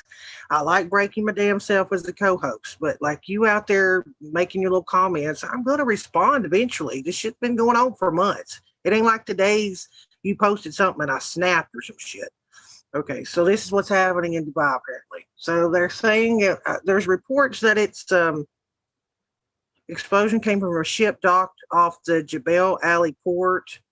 Sources can confirm. And then so in this footage, it's like people taking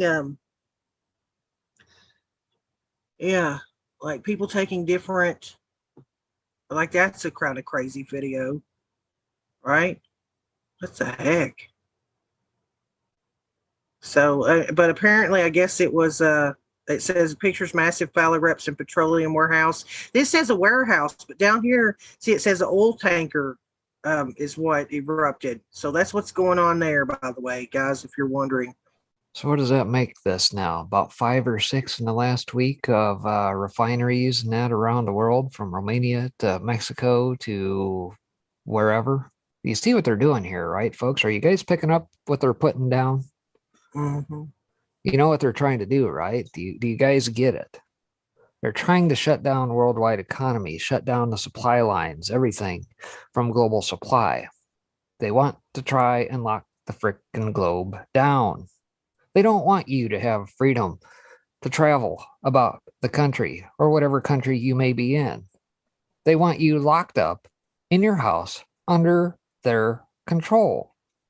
And they're going to continue to do that and push it until they get their way, whether it be through the Lambda variant, whether it be through the Delta variant or the Zeta variant or the Theta variant or whatever variant they got to get to per the Greek alphabet, until you wake up and understand this is the game they're trying to play. Who has benefited? Cui bono? Who has benefited the most out of this pandemic? Care to guess what country is doing very well at the moment versus all the others that chose to lock down? I'll give you one clue. It starts with chai and ends in na. No, right. Well, that's why I try to highlight what they're doing in the education system. Now, I showed that video. I still even think it has that where that kid was talking about his dad being in agriculture for 40 years and them telling him to destroy their crops, which there was the video. I think it maybe Maria sent it to me, where there was actually a farmer over in the UK and they were being told that their food supply was was limited, but he was literally standing next to a field full of crops. And he's like, it's not a food shortage. It's like, that's what they're, pushing for. Why would you tell people there's a food shortage if there's plenty of crops? It just seems crazy. I'm bald. Monkfish says I'm bald. Somebody said bald is beautiful. And I get it. That's minor. You love breaking. I don't have a problem with that. I really don't. I mean, we wouldn't be my co-host if I didn't like what he did on air. But you're constant like going after me about him. I've kind of had my fill. Call it today's the day. I don't know. But dadgum, get off my ass. Okay, so anyway. You need to give a shout out to S Minor. That's your biggest damn fan. Dogs Who Play, you got competition. Dogs Who Play loves you too. Yeah. But she's always. Where is my girl Dogs That Play? I haven't seen her today. Yeah, no, she's been that but polite too. Probably over on 412's channel at the moment, I suppose. I don't know. Yeah, she's sweet. And I get it, guys. Some people are your favorites. I might not be. And that's okay with me. I support all kinds of hosts, all kinds of different temperaments, all kinds of different people. I might not be your favorite. I'm okay with that. But damn it, you're not going to come on my own damn channel and start typing some bullshit to me for months and months and months and not me eventually say something about it. Good Lord. Okay, so anyway, moving on. But yeah, I don't know. That's what worries me about it now is that you're watching what's happening. I mean, like watching that, for instance, watching what happened to that pastor in Canada, where he's the one that sent the police off because they, infiltrated basically his church. And then they came back a couple weeks later and arrested the man in the middle of the street. I don't know. Well, this is what global tyranny looks like, folks. If you thought it was going to take place in a different way, think again. And I think the best way to put this in perspective is here a couple weeks ago on Father's Day, we had a pretty good sermon from my pastor, whose father was also a longtime evangelical pastor. And he kind of shed some light on things that gave me pause and made me think about things in a little different way. How they would go about trying to institute their global governance. How would they go about doing that? And we're seeing it shape up and have been for the better part of a year and a half, right? Through the COVID nonsense, the jabs and compliance and everything else, this has come by way of medical tyranny. Medical tyranny. Think about that. How best to institute and install fear in folks, ramp it up through their mockingbird media who carry the water for them, then try and promote a fear of something you can't see. Get everybody whipped up into a frenzy. Again, shift the paradigm here a little bit. Think outside the Overton window here and question whether or not it existed at all.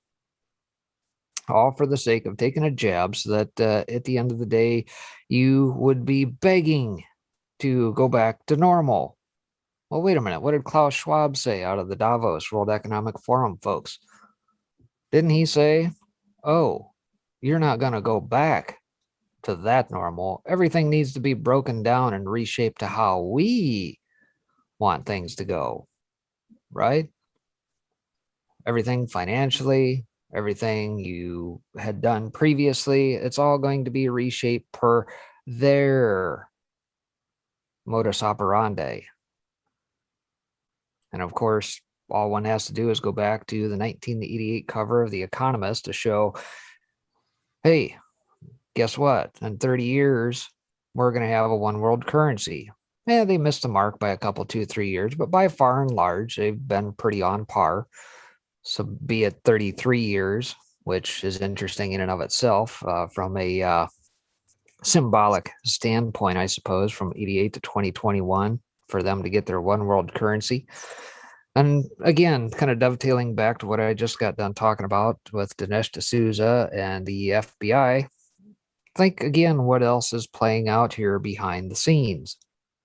And here in the last, what was it, just before the 4th of July here, apparently another 200 companies, I don't know if this was just stateside or worldwide, apparently experienced some sort of cyber attack again.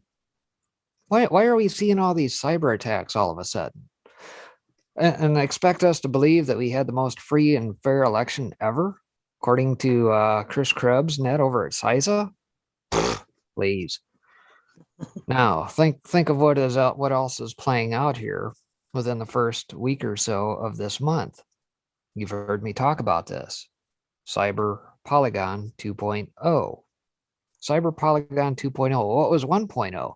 Well, it was another little experiment, a little exercise, much like what the Event 201 was, brought to us by the very same folks. Well, guess what? They're going to be rolling it out yet again. And do you think for a second, by the time you tally up the Texases, the JDLs or whatever it was, the meat place, the Colonial Pipeline, and all these other cyber attacks in recent months, do you think they all might be leading toward this, and why? Why is it suddenly that the FBI is quick to know who these hucksters are behind the scenes, and that apparently all these ransomware attacks are now being paid in Bitcoin? Do you think they might be trying to vilify Bitcoin in any way, shape, or form because it's outside of their control structure? Think about that. Again, think of what the Davos crowd wants. They know that they also have to compete against that. Whether you love Bitcoin, Ethereum, Litecoin, Dogecoin, doesn't matter. At the end of the day, it's a medium of exchange that people have invested in, use it as an investment tool. Some can use it as a currency, albeit another fiat currency, which is what it is, but far more secure. And guess who's late to the game? The banks does, and the central banks. So they in turn have concocted their plan via Davos, World Economic Forum, the Klaus Schwabs, that they're going to introduce their CBDCs, central bank digital currencies, right? And look who has failed miserably at rolling their digital currency out here within the last couple months. The People's Bank of China flat out rejected it, failed. Why? Well, how would you like to have a currency, folks, that if you don't use it within the time frame that they tell you to use it in, it just poof, disappears? It's as if it never existed at all. Have you seen the ATMs? Bitcoin? Yeah, where you put in cash. And it's a short bus mooner said, by the way, thank you for coming over and showing me the love. I try to keep all, look, I'm going to show y'all again. I try to keep up all the chats, but like I run out of space. See, like I got D-Live and then I have to toggle between them, and this is YouTube. And so then I try to go over here and watch Foxhole. That's an article Maria just sent me. But I try to see, it takes a minute to generate. But I do try to pay attention. But thanks, Short Bus Mooner. She said, hang on, this was the whole reason I'm saying that. She said there is a world currency, been around for thousands of years, gold and silver. And I thought that was right up your alley. Yeah, you're absolutely right in that aspect, and that's where I'm headed next, is that at the end of the day, we're trading one fiat currency system for yet another. All fiat currencies, per Norm Franz, if you know his quote, all fiat currencies return to their inherent value of zero. Every single time, every currency in history, every fiat currency ever fashioned, dreamed up, whatever, has gone to zero.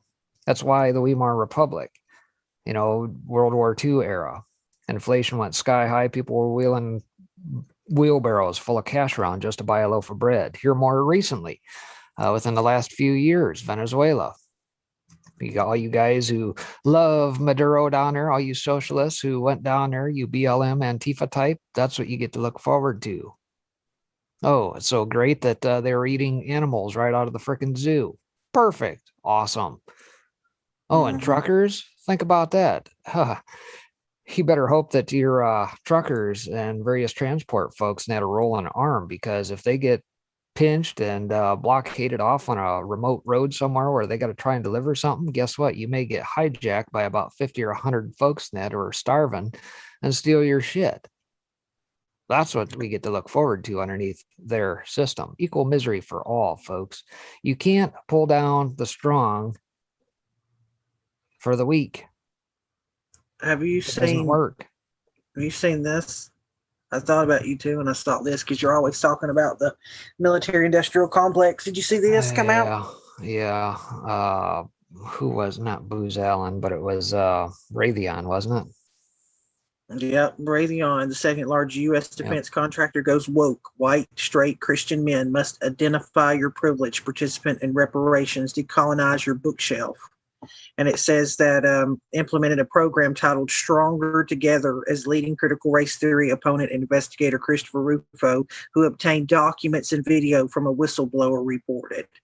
So there you go. Well, I mean, it's an agenda. I think everybody knows it. I'll try to play a small clip of this. I don't know how long it is, honestly, because this is something I had pulled up. I didn't even know video was in it. But again, I get people's pushback on Fox and like most mainstream.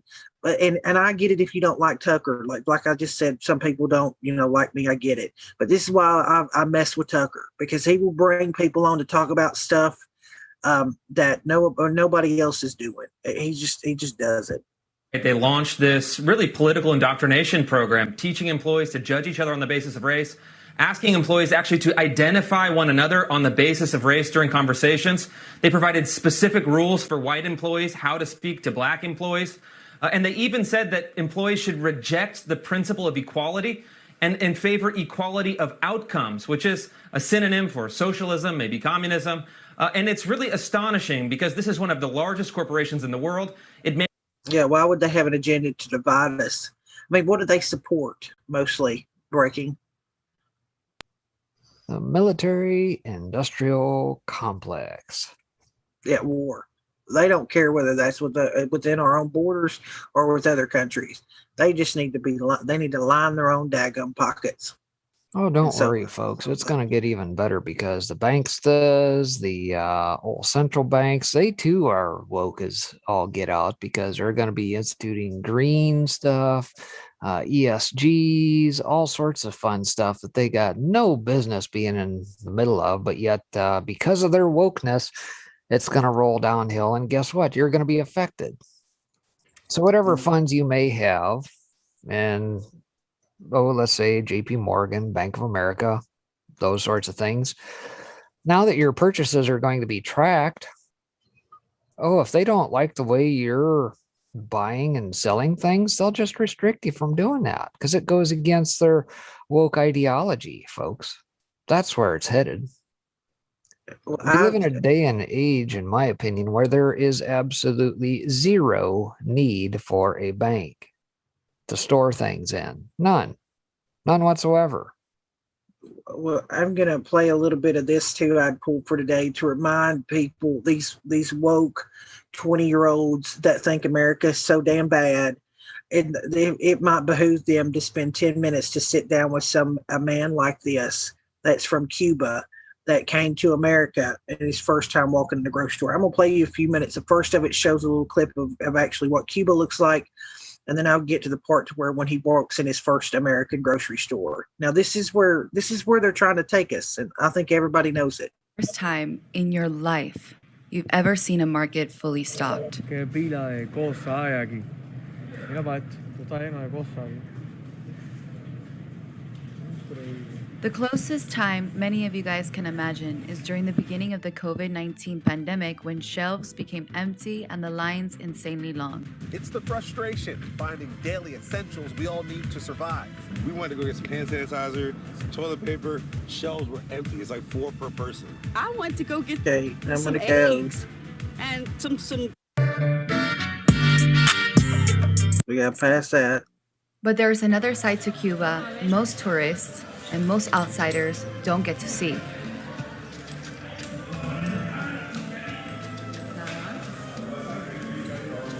There's the damn store. There's no meat. We're screwed. For decades, Cubans have struggled to find basic necessities in markets every single day. It's not uncommon to find lines for hours for one single product. In fact, it's normal. So let me take you inside a market and try my best to explain it. Today we're going to talk about food. A little bit here. Not necessary. Shelves are normal, and the products you do see are almost always not necessary. And when you find something, they only have one option of it. So I'm trying to do this as secret as I can. I wanted to show you guys this aisle. Notice Nestle somehow managed to The get. only product on this aisle is this Nestle meat Almost box get this. or Something can they of don't Nestle. damn even want. They got plenty of. High. A month. These are Was around. These are insanely high. When you do find something, the prices are insanely high. When we filmed this, the average Cuban salary was around $40 a month.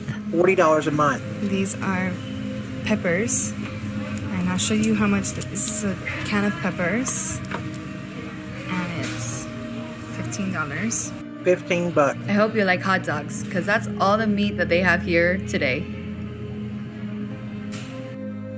Fue la corriente. Se fue la La corriente. corriente. And now we can't buy anything. Se fue la corriente. Oh my God, se fue la corriente. A devolver todo. Oh my Lord. As you can imagine, the scarcity of food items is normal in Cuba.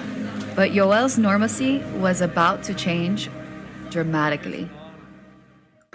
Now I'm gonna back where she takes them to an Aldi. We're gonna take you.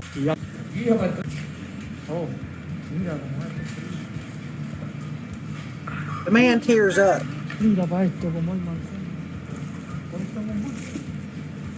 He can't believe it.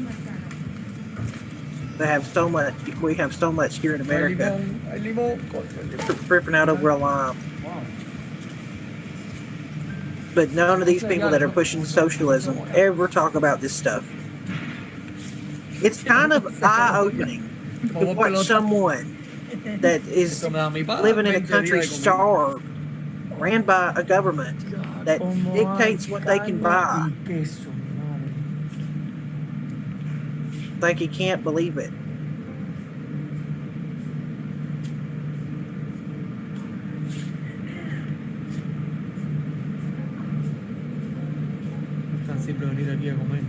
It's so easy to eat and find the basics. And Maria says this is nothing compared to a bigger store. He's in an Aldi's. They have destroyed our country. And then he trips out how big the pizza is. I'll go a little bit further. He says, what sadness all this brings. Lots of sadness to see this. I thought it was important to show people this because you do forget that someone like him, to go into a store and see just even one meat, much less a selection of meats, he doesn't even know how to absorb it all. He said the saddest thing is my daughter told me your friend couldn't have a birthday cake because there weren't any eggs. But it goes on a little bit. But I mean, he is literally he says, "Oh, what's esto this?" es And she says, "Different diferente types of butter." tipo de And he's mantequilla. like, "There's types of butter." So I don't know. I think it just might, maybe one tactic people could have in order to show these people what I use all the time is they'll sit there and tell you how corrupt they think the government is, or they'll be Antifa and graffiti the Democratic, the DNC, or the RNC. They don't care how corrupt they think the government is. Well, then ask them to find what they think socialism is. Who do you think you're giving every bit of the power to tell you what you can and cannot do, and to tell you where the money shouldn't be spent when they take it all from you? The same damn government that you're bitching about being corrupt. There you go. Go ahead, sir. You got the last 10 minutes. That's all I have. Yeah, I don't really have anything else prepared, but the other thing I'll say, aside from, the Aldis and that of the world, is to grow your own. Obviously, if you've got the space to do so, learn how to do it. I've put videos together on how to build a hugelkultur bed. I'm actually going to be doing an update to that just to kind of show the progress, because I've had some people ask since I built it. And thankfully, here where I'm at, centrally located in the old country of the good old USA here, we've not had the extreme heat that they have had out west, which would have otherwise fried probably my poor plants. But we actually during that time got, I don't know, something north of about 4 inches of rain over about 6 days, and everything has pretty well gone ape crap growth wise. And matter of fact, I was a little concerned that with all the various blooms on my cucumbers, things of that nature, that they weren't producing. And I thought maybe I had a problem with bees, but rest assured, I have seen some bees net actually out pollinating, and thankfully, as the old mantra says, that if the bees disappeared, man only has 3 years to live. We aren't quite to that point. So that being said, I'm thankful for the bees and the little pollinators diving in and out of the old blooms and that, and probably going to have a pile of cucumbers to probably give away before long. So if you can do it, I suggest you do. Look for an update to that. I'm a little behind on getting some uploads net out here. I'm a little strapped for time and resources at the moment, getting everything up there, but probably cover that maybe tomorrow night on the old soapbox during the show over there, just to give a little update as to where things are, and give you guys a little boost and say, look, if you guys try this method, and there's many other methods besides, but this one appears to be fairly effective so far, as tomatoes, cucumbers, peppers, green beans, everything has just taken off magnificently. And thankfully, I've benefited from not too many 90, 100-degree days like what they've had, but copious amounts of high 70s, low to mid 80 days, and some rain. So stay tuned. I'm going to have to black this. I don't even know what I can show with this. Somebody just dropped something and damn, holy hell, give me a minute. I'll customize the pen, go black. I need black. Jesus, Mother Mary. You'll understand why in a second, okay? Let me just try to black this out here. In the most rudimentary, sorry, I'm doing this on the fly. But somebody posted out into our foxhole this picture, and yeah, it says Klaus Schwab at the beach. Is that really What him? the? Because that's why I shared it. I'm like, is that who that is for real? No. Trust me, what's below this is just enough to, how can I say this? It's just basically, it looks like a condom with the sack at the bottom to cover that up too, and that's it. That's it. All this is naked. This is naked. There's only a little white thing right here that looks like it's over the top of, my God. Oh my Lord. He's at a beach. Look at this woman right here. She's probably the one that wears the woke shirt, like shocked and all. I think I probably could have done without seeing that today, but Short Bus says make pickles. Oh, he's talking about you and Cannon. I was like, yeah, that took not it a that. whole nother way. No. He's Oh my talking about God. my cucumbers, not the said picture here. Disturbing. No, yeah, it's highly disturbing. Sorry. Well, we can blame that on Look It Up. I'm just kidding. And more how to show zero. Yeah, listen again, freaking crazy town. These people are nuts. And these people think it's perfectly, again, remember, these people think it's perfectly okay to tramps around your children looking like this. But I'm going to tell you something else. The Hollywood and these people, even in the media, are I think, are starting to wake up to what's going on. Because like this is when I had even some left-wing Hollywood hardliners are waking up. Sean Penn on Conan O'Brien denounced the cancel culture and calls it Soviet. He goes on that Conan O'Brien needs a friend because guess what? They're all trying to be Joe Rogan with this podcast because it gets millions of views and they can't even get 100,000. So they're all trying to do these podcasts now. And so he goes on there and talks about empathy is very important, words, and also forgiveness, said O'Brien. We found that someone did something in 1979 that is now not appropriate. They're dead to us. O'Brien went on to describe cancel culture as very Soviet, saying people can also be forgiven if they even need forgiving. What happened to that? Penn agreed with O'Brien, calling the practice ludicrous. In illustration, Penn brought up Alexei McCammond, the editor-in-chief at Teen Vogue, who was fired after only a few weeks on the job for the anti-Asian comments she tweeted as a teenager. When we're destroying careers like that, what are we really achieving? What are we doing? The Oscar winner star films of I Am Sam and Mystic River wondered. The two men turned around to how women then turn to how the trend is impacting their particular genres of show business, with Penn pointing out that he would no longer be considered for a part like groundbreaking gay activist Harvey Milk because he's straight. Today, almost certainly I would not be permitted to cast in that role. Penn said, we're living in a time when if you're playing a gay lead actor, you have to be gay man or a trans actor, and there have been these casting issues. He then warned that the left has pushed the cause of representation too far. When you have a period of evolution that certainly has an opportunity for people who have had less opportunities to move forward, that has to be supported. And yet in this pendulum swing society that we're in, you wonder at what some point if only Danish princess can play Hamlet. It is, I believe, too restrictive. People are looking for gotcha moments to criticize. So again, these two going back and forth. You wonder why they're finally, this guy right here, remember all the hate that he was spewing last year even, and all the crap he was saying? Now he's coming out singing a different damn tune, because I guarantee you they are watching their comrades, what they call each other, their comrades being canceled, and they're watching them being strung up for something they tweeted 10 years ago. So now they're like, whoa, now there's a problem. Now that you've attacked too many conservatives, you can't find any fresh new targets. Now you're going after somebody just because they used a word you don't like. Now they got a problem. Perfect. They're eating themselves. Let it happen. Mm-hmm. Well, as libertarians, right-leaning libertarians, conservatives, Republicans, or even just common sense Democrats, again, it is up to us to also push back and stand up for what we believe in.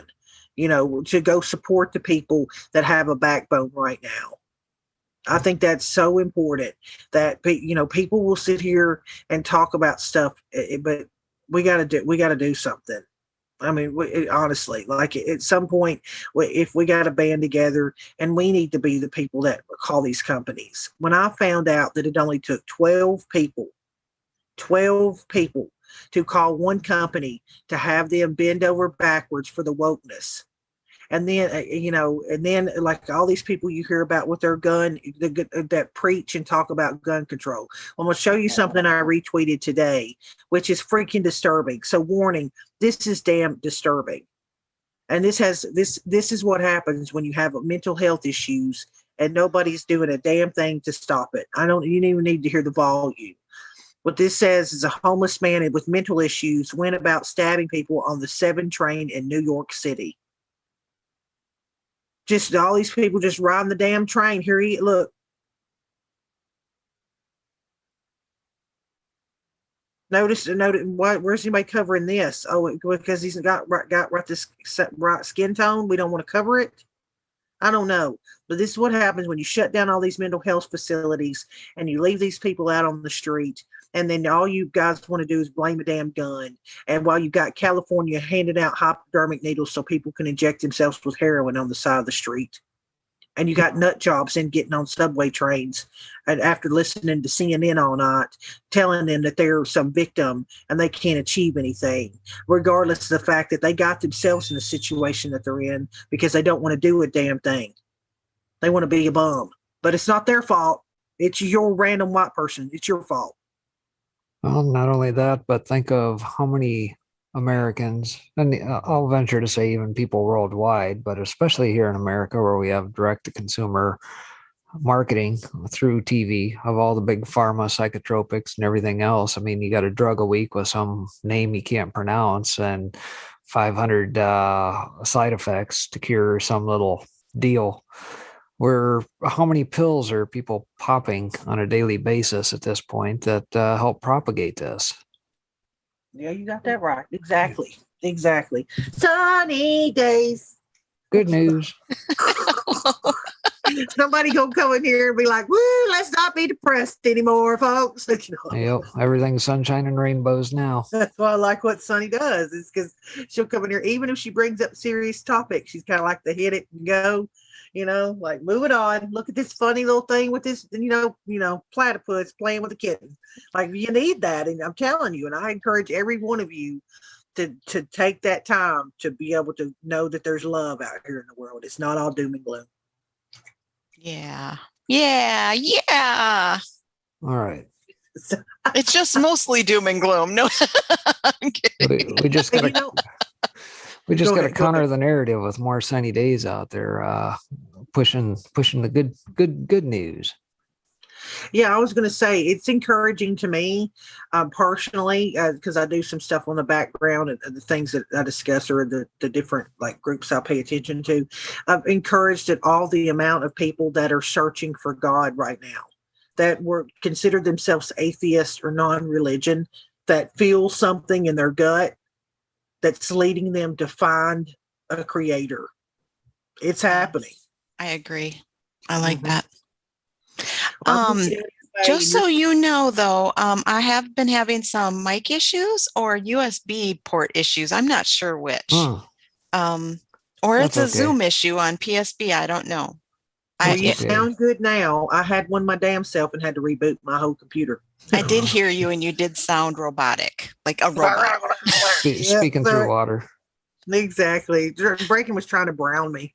No, it was S Minor out chat. She put her foot over my head while I was in the tub. Okay. Well, this is something like I play the video.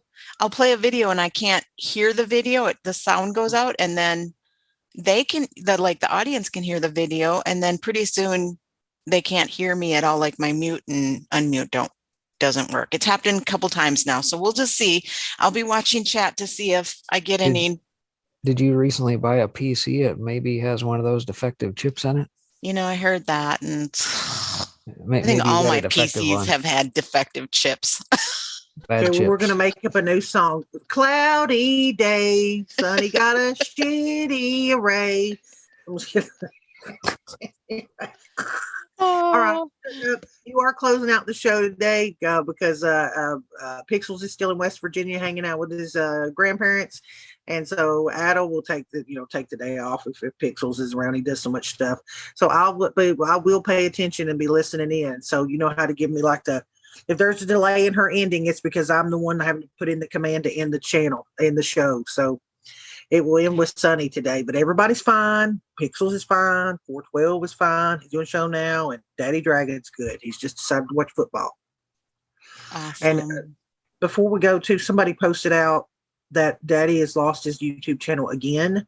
So he's remembering really? Rumble. Yeah, to find him on Rumble. Rumble. Who was it that said that to me? That gummit guy. Oh, England Till I Die said has lost his YouTube channel again. He's on Rumble. So FYI, and I'll post out his link tree too in chat out there for you guys. You can find all of his stuff on Linktree. All right, Sonny, I'm getting out of your way. Just Okay. if you want to send me a DM, and Gil did too, when you're ready to end, just play like a video or something. I've already warned the guys; they're pretty patient. Okay, sounds good. Bye, everybody. Bye. Bye.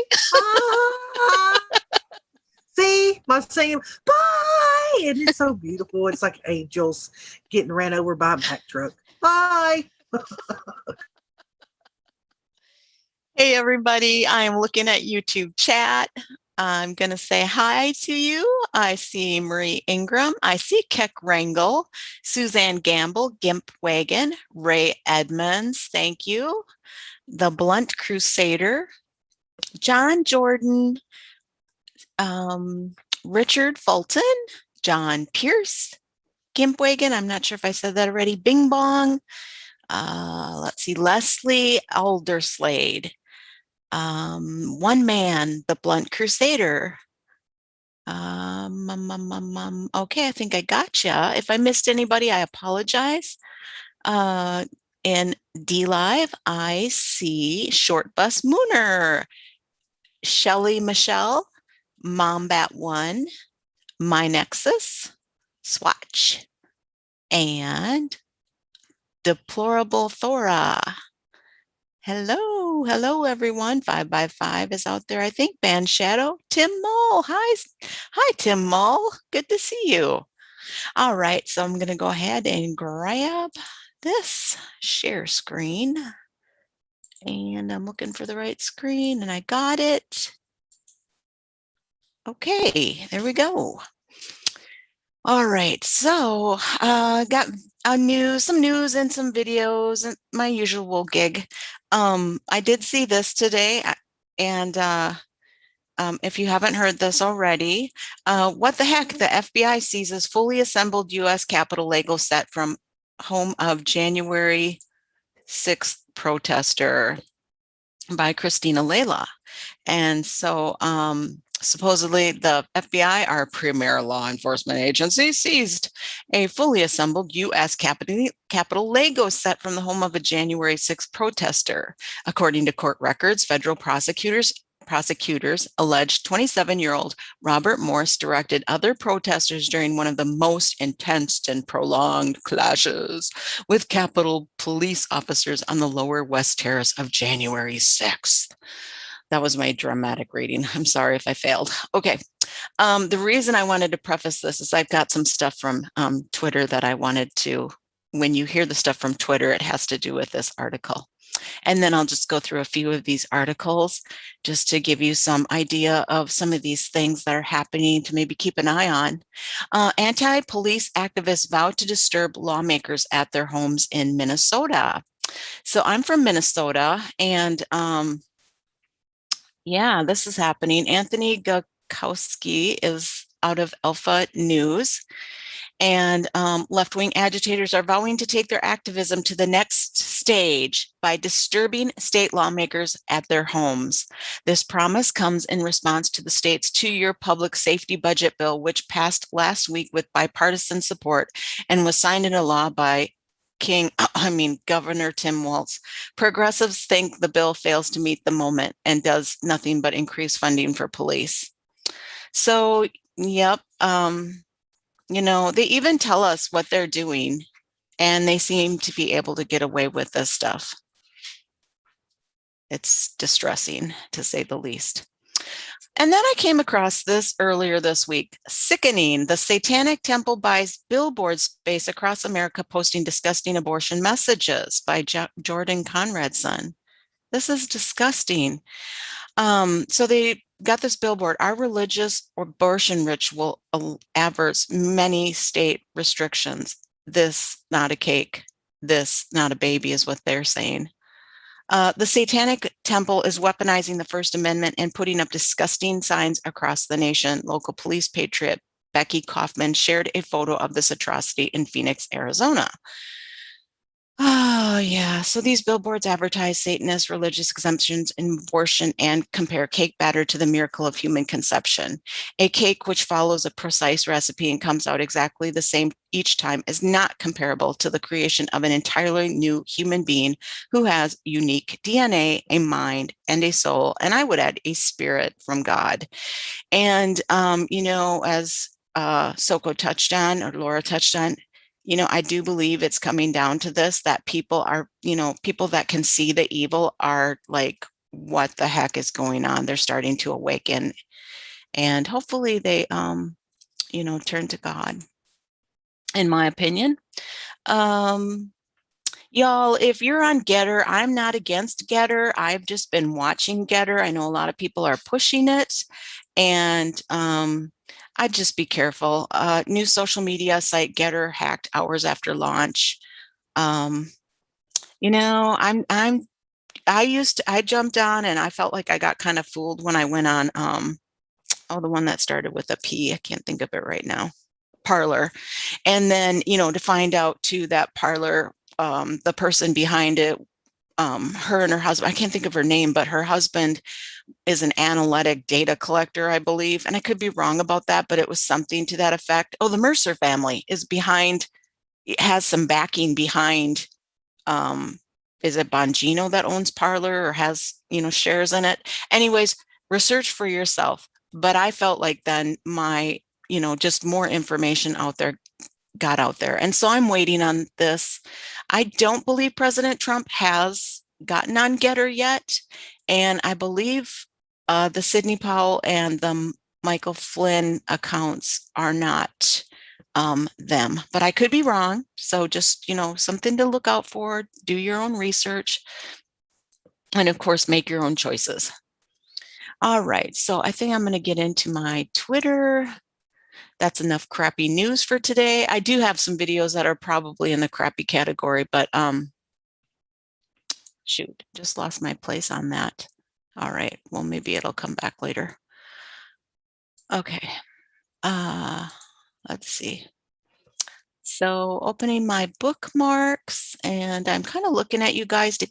I need to try to keep an eye on you in case you tell me I've lost sound. I'm going to skip this one for now. So this is recent. Oh, okay, so some more kind of disturbing news.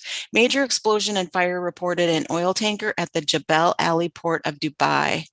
And we'll just click this thread. He does a lot on Middle East, around Iran and Iraq. So video footage of this explosion in Dubai, reports indicate the sound was heard across the city, and it's 13 seconds.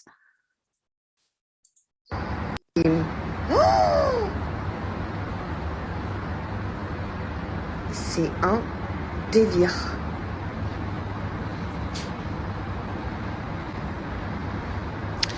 We certainly have been seeing a share of explosions around the world, it feels like. So there was that. And then he says additional angle during the latter stage of the explosion. A blast heard around parts of Dubai on Wednesday night, with residents hearing a loud explosion, according to witnesses. Fire broke out in a container within a ship anchored in Jebel Ali, Dubai. Media office confirms in a tweet. Says the ship left Iran 2 days ago, citing imagery. Okay. Many Iran-backed Iraqi militia leaders had previously said that the United States Arabs is a target for them.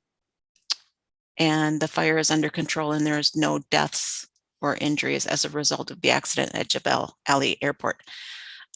And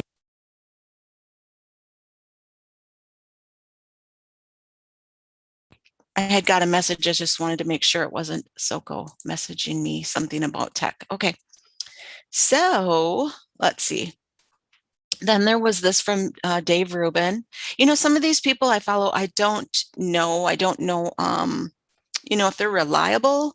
I tend to follow conservatives, but I just tell you what they're kind of tweeting about, not so much that I believe them or don't, but just trying to get you some news.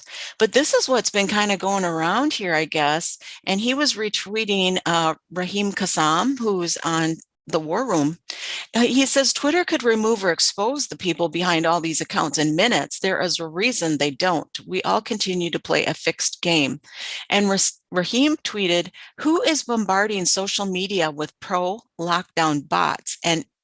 And why is @Jack allowing this clear attack on free societies to happen with impunity for the culprit? And I'll just play that for you. Yeah, so all of these, look at, they're all the same. I speak for all UK citizens when I say that masks should be mandatory at all times after July 9th, the new variant or something like that. So, you know, account after account. Bots, you know, same message. You know, the first messages had something about the new variant. Well, similar messages. They aren't exactly the same, but mostly. So there's that. And then here's, this is that young man that imitates or does imitations of President Trump. We're talking about it, and you have to ask yourself the ever important question, written by the great William Shakespeare. I've known him for a very long time. We call him Bill, okay? To be or not to be, and of course you ask yourself that question, to be a Democrat or not to be a Democrat. Do you want to be like Nervous Nancy, Sleepy Joe, or crazy Bernie Sanders? Of course not. To be or not to be? The answer is not to be. You know what you have to be. A patriotic American who wants to make America great again, believe me. What you? Gosh, he sure does sound like President Trump. And I say that, I think, every time I listen to him because he just does such a good job. Did you know the White House regularly gives out Lego architecture sets as gifts? They have piles of White House, Capitol, and Lincoln Memorial sets. That goes along with that article I was telling you about. I had come across some of these tweets about Lego stuff. There was this today. I don't know if you've all heard, but it sounds like the Biden administration is going to be sending out people to knock on doors. And I probably Laura and Spectre covered this. So the Senator Kelly Townsend tweeted out, I have spoken to local law enforcement, and if you don't want the federal government on your property asking about vaccines, they advise you to post a no trespassing sign in a visible location. This is a prerequisite to be able to charge someone for being there against your will. Door-to-door inquiry about vaccine status is not an enumerated power under Article 1, Section 8. Health is a power delegated to the states, and you are under zero obligation to open your door. I don't know how true this is. I don't know if this is just for Arizona, but I do believe we'll be getting our trespassing signs up again. I do believe they've blown down or, fallen off where we had them posted. We'll be checking and making sure they're up. So that was that explosion. I just thought this was funny. These memers, it is kind of creepy when you look at it. I mean, this is Jen Psaki and this, of course, is Zuck. It is kind of weird.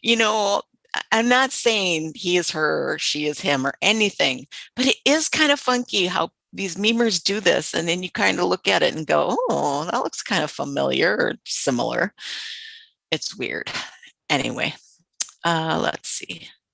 So, going along with the Lego sets, I found this. I stand before you today to declare the silent majority is stronger than ever before. Is there anything better than a Trump rally? What about a sleepy Joe Biden rally? Wait. You're getting nervous, man. Oh, no, not another one of these. Get out of here. Get out. Come on, man. You lying dog-faced pony soldier. He was only a good vice president because he understood how to kiss Barack Obama's.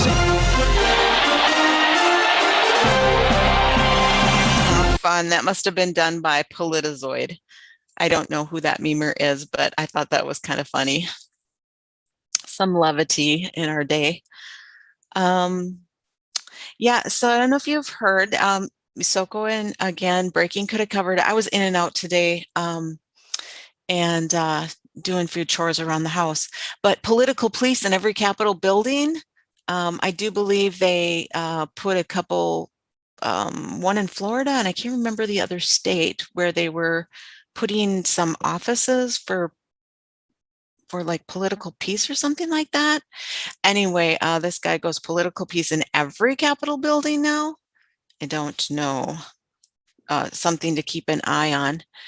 And then Andy No tweeted this out. You know, some of these things I just like to alert people in case you're not seeing it or hearing about it. He says, Black Lives Matter Utah chapter put out, when we Black Americans see this flag, we know the person flying it is not safe to be around. When we see this flag, we know the person flying it is racist. And when we see this flag, we know that person flying it lives in a different America than we do. When we see this flag, we question your intelligence. We know to avoid you. It is a symbol of hatred, which I don't believe any of that. But I do believe that, you know, just, you know, keep your head on a swivel and be careful. Thomas Massey tweeted this out. He's a representative. How it started 15 days to slow the spread, how it's going. You'll need an F-15 to stop us. Basically, it sounds like what the government has said. You know, Biden said that in one of his speeches. Oh, and then this again goes kind of with that trespassing thing. So way ahead of you, Anthony Sabatini, no trespassers and beware of dog already up. Any federal employee, government employee goes door to door pushing vaccination should be treated as a trespasser and arrested. It's not the role of the federal government. It's unethical.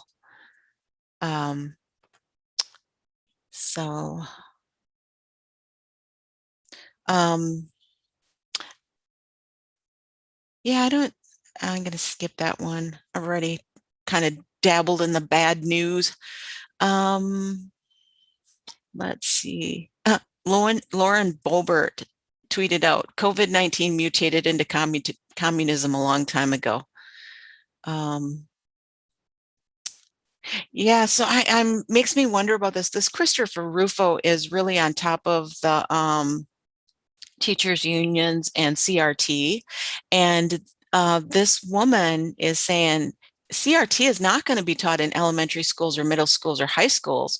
Culture warriors are bullying teachers and trying to stop us from teaching accurate history. So how they twist things, in my opinion, they twist things. They're strategic. You know, every time it seems like we get some traction on something, they come and they do this business. And I do believe, what do they call it? Alinsky tactics or something like that. You probably know better than I do. But yeah, I do believe they're going to try to twist it and say something like, well, we're teaching accurate history. All right. And if you haven't heard today, President Trump announced that he's going to do a suit against CEO Twitter's of Google and Facebook. What they're doing. Don't even realize they were taken off. They'd have no idea why they were taken off.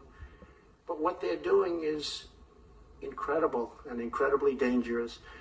Joining us this morning are just a few of the many Americans who have been illegally banned or silenced under the corrupt regime of censorship. And so I have to, because it's licensed. But yeah, this is interesting news today, folks. All right. Patriots are included in the lawsuit, and thousands more are joining as we speak. Thousands more. They're all wanting to join. This will be, I think, will go down as the biggest class action ever filed, because thousands of people want to join. Jen Horton. Wow, folks, it's happening, at least with this. Thousands will want to join the largest class action suit ever. So we'll keep an eye on that. And so this woman tweeted out, well, Mary Franson is a rep out of Minnesota, and she says the door knocking vaccinators will be nothing more than liberal activists harvesting your voter information while they stick you with a needle, in her opinion. Just something to think about. And then I checked this one because Tim Runs His Mouth has been making these short clips, and I like some of the stuff he says. He does get pretty nasty sometimes, so I checked this one. I don't believe it has a ton of swearing in it. I've gotten to know some wonderful, and from that I can tell you that this look is, what did that old white man just say to me? No. I played his videos before. There's like a lot of F words. So let's see, just trying to be respectful if you have children around.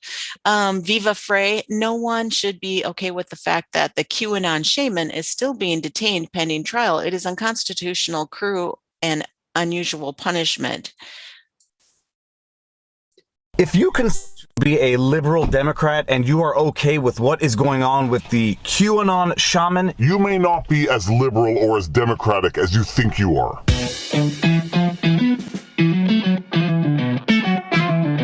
Viva Fry, Montreal litigator turned YouTuber, and this is Winnie the Westie, who is not yet ready for his nap because we're shooting this video early because I saw this story and I am angry. Some of you may or may not be aware that the so-called QAnon shaman, whose real name is Jacob Chansley, who was arrested for having stormed the Capitol Hill. He was the guy wearing something of an animal hat, carrying a spear with the American flag on it. There's an infamous picture of him on the internet. He was arrested after those events, and he is still being detained 6 months later. Let that sink in. He has been detained for over 6 months for those events without bail, and his request for bail was just denied by a federal judge. QAnon shaman has release denied by judge. The judge stated that Chansley, and I guess, you know, what he does, Viva Frey, he has a YouTube channel. He's out of Canada. He is a lawyer.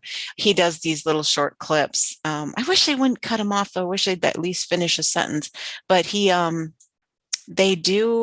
does have like a YouTube channel. I'm sure it's probably more of a thing where he wants you to like finish the video at his YouTube channel, but we're not going to do that. And then Big Dave tweeted this out: how to stop a thief.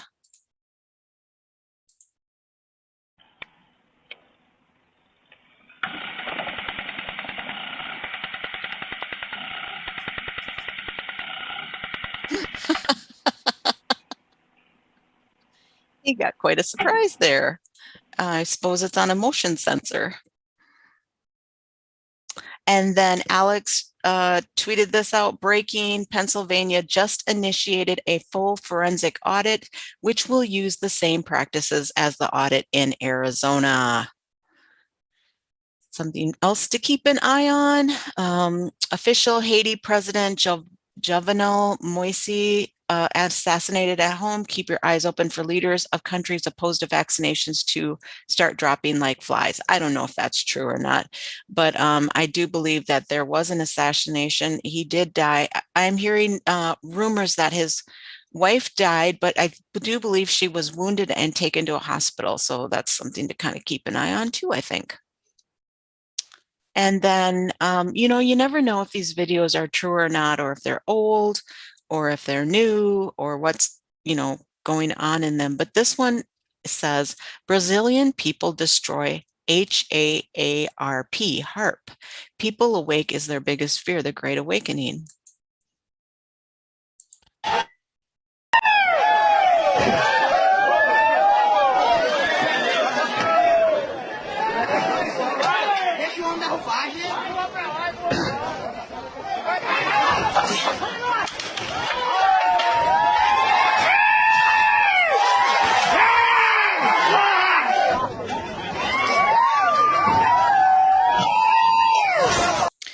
I don't even know how they could do that. I believe in the United States, you know, HARP is very well protected and guarded.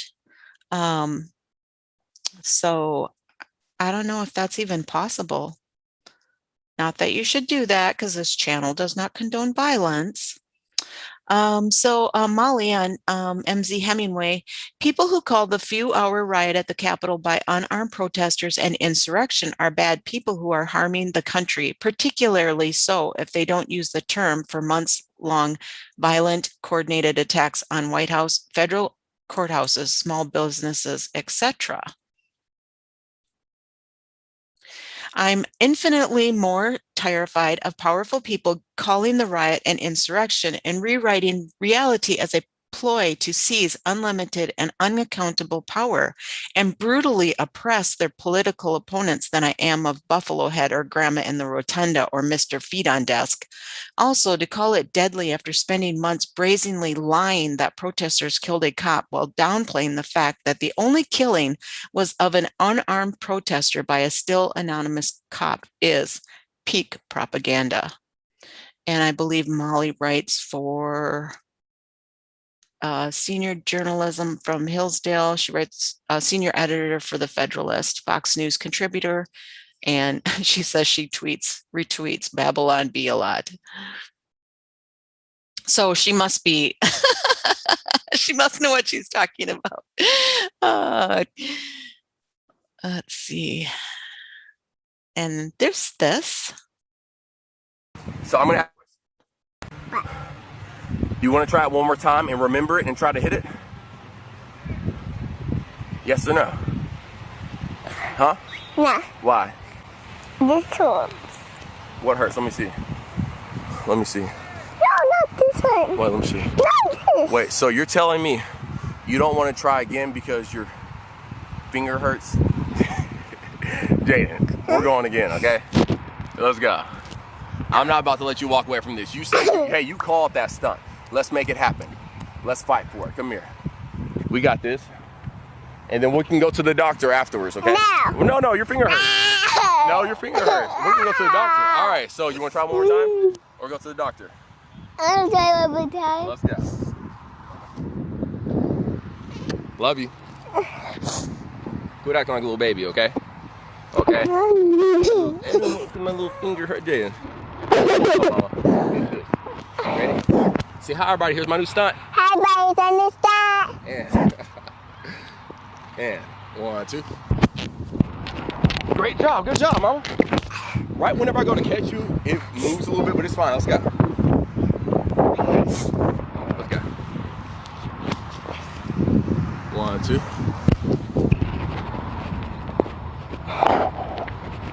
One, two. All right, Nancy. Ready? 1, 2. 1, 2. Crap. Triple point. Wow. Clean. Good job. Wow. See, sometimes you just come here. Sometimes you just gotta try again and fight for it, okay? Wasn't super clean, but we hit it. Ideally, we would hit that and not move our feet, okay? Okay. How do you feel about that? Was that one of the hardest stunts we've ever done? That was pretty hard, Dan. That is amazing. Spending that time together like that, working together, and then for me, this is what I'm thinking.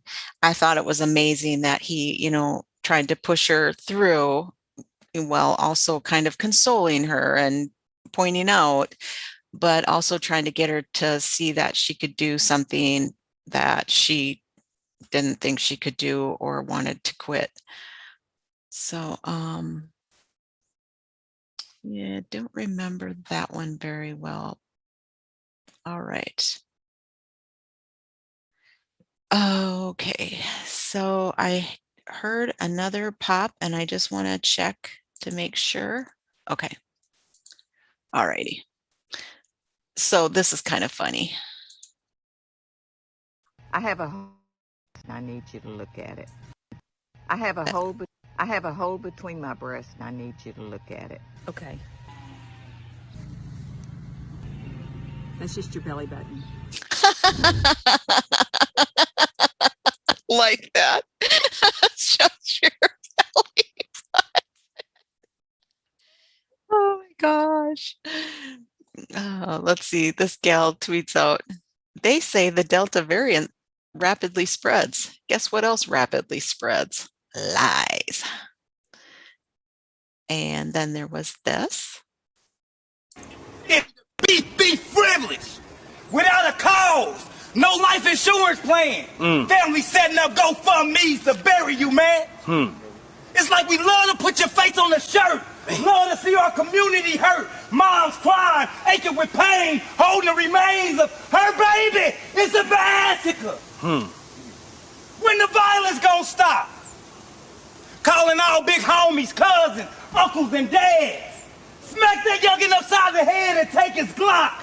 Lacey with knowledge, teach him the box. Yeah. Give him a hug, man. They missing her love, man. Graveyards and penitentiaries packed with young blacks. I stand on the front line to bring power, love, and unity back. Cause it's a massacre. Just marinate on that. I need you to feel this in the heart. Take it back home, dissect it, and play your part. Yes, sir. Mentor some, be a role model. I liked that. The message was good. All right. Miss Matthew Holiday tweeted this out. March 2020, it's just 15 days to slow the spread.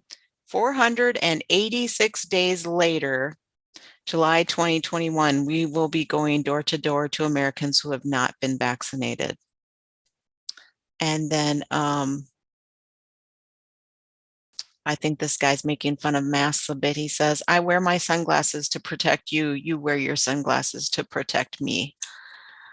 Doesn't really make sense. And then, yeah, this was kind of informative. This is small scale compared to ultimately what they ultimately plan to do. You and your data are for sale already. You just don't realize it yet. If you free phone call and Wi-Fi kiosks, turns out they're part of a citywide surveillance effort to beef up parking enforcement.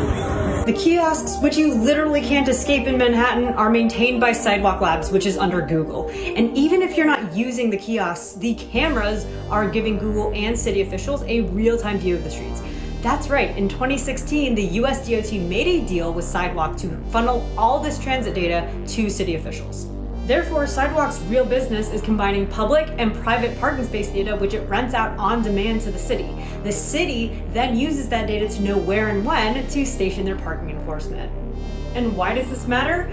Because every year, parking fines bring in more than $500 million in city revenue. So the next time you hear about smart cities, ask where your data is really going. Data collectors. All right. Let's see what else was there. This has been going around. Concerned parents blast teachers who indoctrinate children with critical race theory. Who are you to educate my children in life issues? That's our job. Your job is to teach them math and science. I've got 2 children here at the Caledonia School District. It's very apparent here by all of the parents that have spoken that this board and the school district is failing. More importantly, I came here to talk about critical race theory. This theory was never meant to be brought into grade schools, high schools, at all. It's actually taught in the collegiate atmosphere, and more importantly, the legal portion of the collegiate atmosphere, to see different laws through the lens of race, from an ethics and an ethical standpoint, right? Not for grade schools and high schoolers. The problem with bringing it to high school and grade school level is that we don't have the educators to properly teach these kids. Instead, they're using it as their own agenda to indoctrinate the kids to hate each other. And whether you believe that to be true or not, the reality is that's what's happening. Critical race theory is teaching that white people are bad. That's not true. That would teach my daughter that her mother is evil. You already have an educator within your staff that has pulled my daughter aside and said, well, you're a minority, so you know better than to engage in certain things. Wow. Whoa. When I was brought to the school's attention, nothing happened to the educator. Instead, my daughter was brought in, and she was ridiculed. So my question is now, with critical race theory being brought in, what is your criteria to educate the educators. And who are you to educate my children, or any of our children, in life issues? That's our job. Your job is to teach them math and science. Our job is to teach them about life. I believe racial issues and tensions across the U.S. are nowhere near what they used to be decades ago. Do we have a long way to go? Sure. Do we still have individuals out there that need to be taught? Absolutely. But I believe the people here don't look at me as a black man. They look at me as a man standing in front of you addressing the issue that we all are very passionate about. That's right. All right. I'm wondering if you can hear me okay. My mic was really turned up and now I turned it down and then the video went down a bit. But okay. Thomas Massey, this was from July 3rd. I've been contacted by members of our volunteer military who say they will quit if the COVID vaccine is mandated. I introduced HR 3860 to prohibit any mandatory requirement that a member of the armed forces receive a vaccination against COVID-19. It now has 24 sponsors. Okay, thank you. Thank you, Michelle. All right. I apologize if I said that wrong. I think it's Shelly Michelle. Michelle? I'm not sure. All right. This is cute. Everywhere for Teddy. And I come out here and I'm pretty sure that he's passed out because there's empty cans of dog brew by Bush everywhere. Are these empty too? You're drunk, aren't you? Naughty Teddy. He's in the pool drinking. I wonder, oh my gosh, what a smart golden retriever, how they got him trained too. He's so relaxed in the, little floaty thing too. Gosh, animals amaze me. Okay, so Kelly Victory MD says, one more time for the folks in the back. In the history of virology, there has never, ever been a viral mutation that resulted in a virus that was more lethal. As viruses mutate, they become more contagious, transmissible, and less lethal, according to her. I found this. It's called Trumpinator.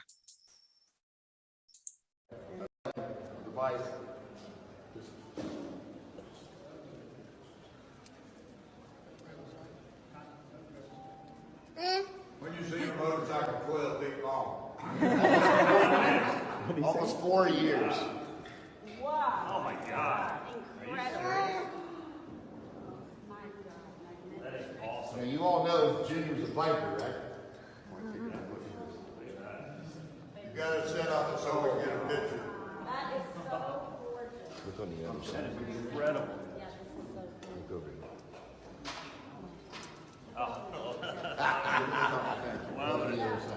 No. Oh my God, like the Terminator. I love it. Maybe look right here. That thing's awesome. The bike's called the Trumpinator.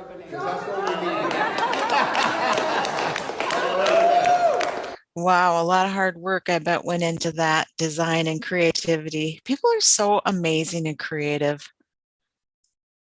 The Gates Foundation will spend $1.4 billion pushing population control. This was out of Life News.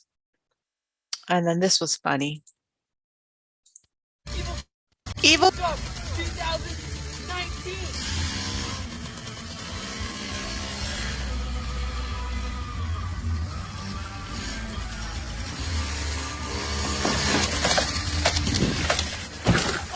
Well, I hope he didn't get hurt. It was kind of funny that he's running around on his little motorcycle. Evel Knievel, baby. And he jumps over that little jumping pool. It's not funny that he ran into the car, but hopefully he didn't get hurt. But you know what I mean. It's one of those. Every so often somebody puts something out there, and I just don't put things together sometimes, and other people do. And I was reading this, and this is one of those things. 125 years ago, you didn't have to ask permission from the government to collect rainwater, go fishing, own a property, start a business, renovate your home, build a home, use a transportation vehicle, get married, hunt, own a weapon, cut hair, sell a product, protest, grow food on your property, set up a lemonade stand, sell food. You can virtually do nothing without being extorted by government and obtaining their permission first. If you think you're free, you're deluding yourself. You live in a tax farm as free-range humans. This makes you think. Huh. Collect rainwater. Yeah, just go fishing. You got to have a license. Wow. Anyway, this Neanderthal thinking put this out, and I think most people know how corrupt Nickelodeon is. But parents and grandparents, you may want to pay attention to Rocco's Modern Life. My daughter asked me to watch the movie with her. It's only 45 minutes. Richard becomes Rachel, and his father, Big Head, disowns him for a while. Not sure if you want cartoons teaching your children this. And that's what I mean by corrupt. In my opinion, they shouldn't, they shouldn't be teaching little kids this. Why do little kids have to know this? They don't. And then Inside Paper tweeted this out. This is weird. This giant 3D cat on display in front of Shinkujo Station in Tokyo, Japan, is meowing and moving back and forth, looking down at pedestrians as if it might jump on them at any moment.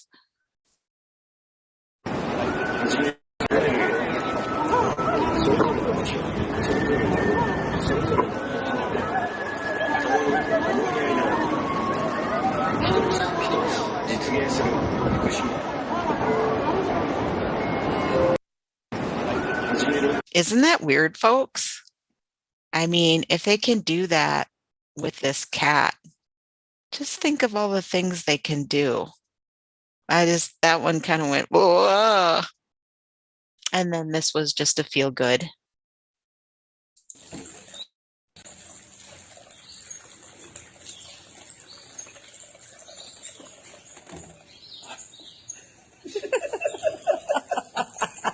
I like that he turns off the water and the bird says, hey, I'm not done. Turning it back on. Bath time, shower time.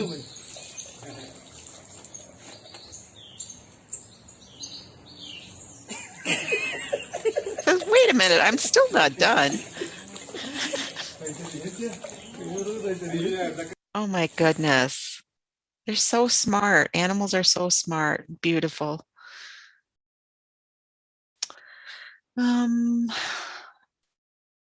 Did you all see this? This was in the news about a week ago, or I think it's been about a week now.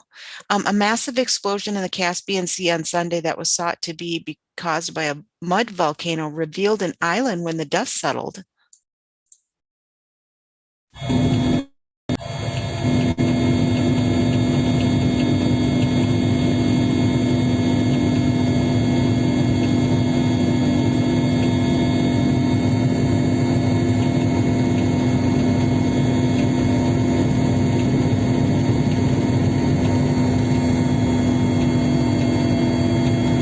Pretty wild, it looked like a big explosion in the sea. And then it was announced that it was a mud volcano.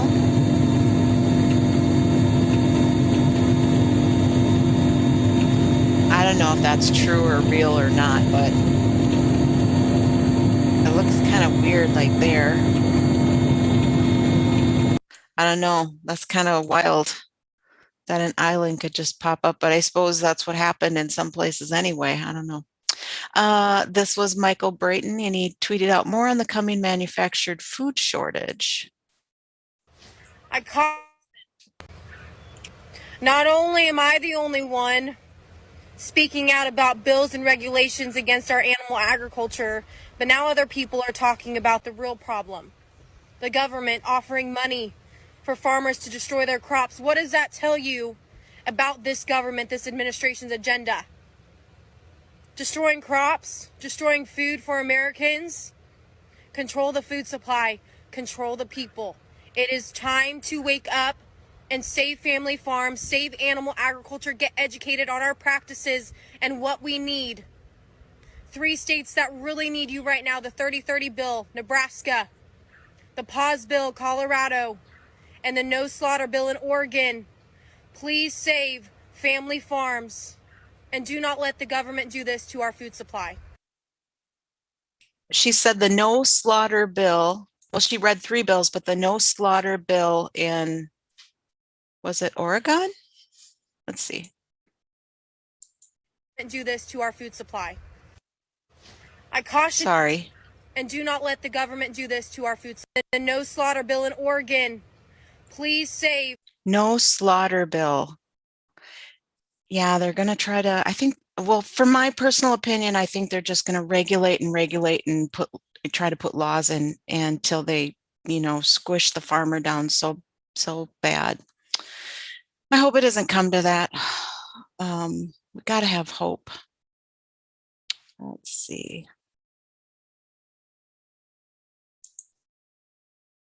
This is research has found that dandelion leaf extracts blocks the spike proteins from binding to the ACE2 cell surface receptors.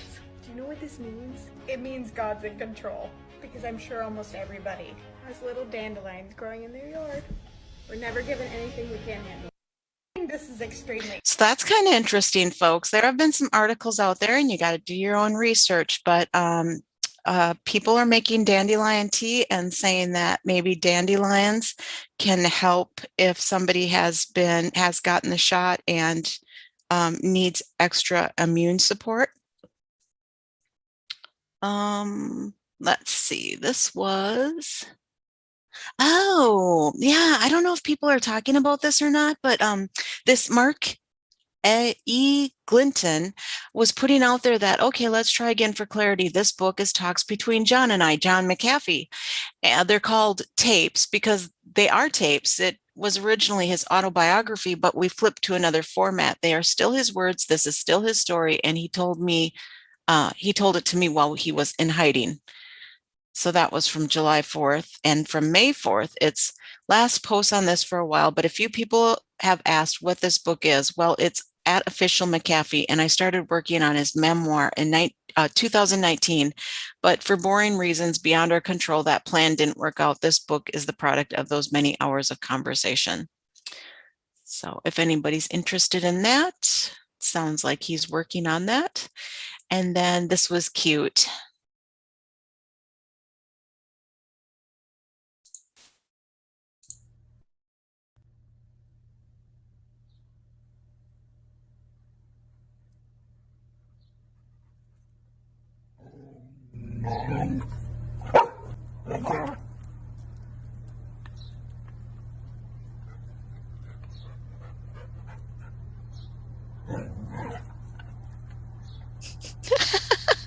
Keep an eye on that dog.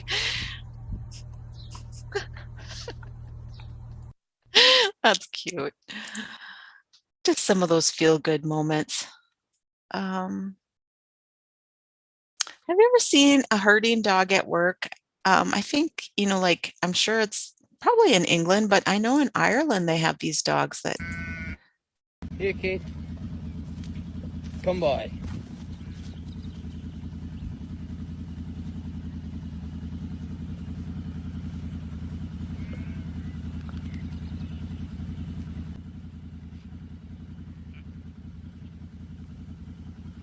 Come by.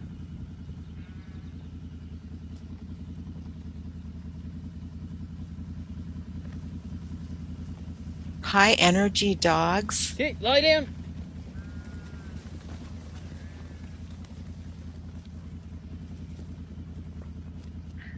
Come by.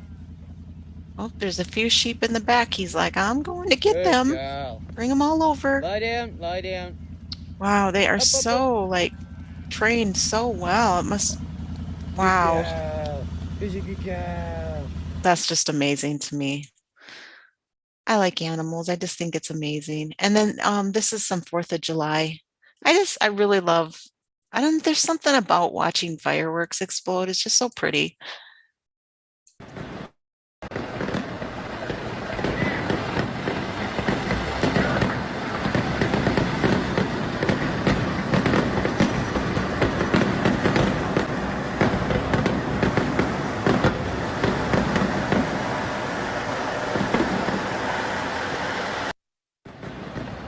Just so fascinating to watch fireworks. You know, what shape it's going to take and what colors are going to come out.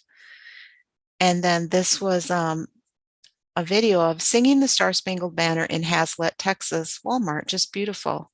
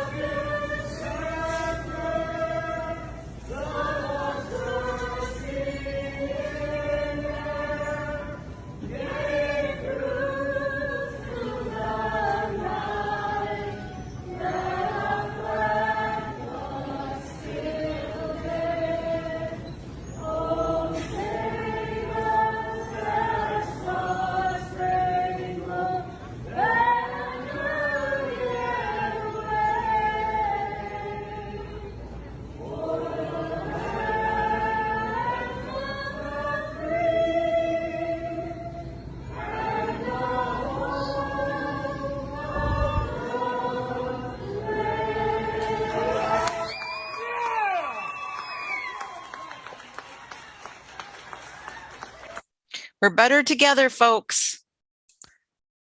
Thank you for all being here. Thank you, Patriots. I almost tear up or choke up. You can hear it in my voice a little bit when I see stuff like that, because it's just that feeling I get, so patriotic, and just that you come together in such a way that is beyond just one person. I just love that. So cool. I would love to be part of that, where somebody just spontaneously sings in a store or someplace and people come together like that.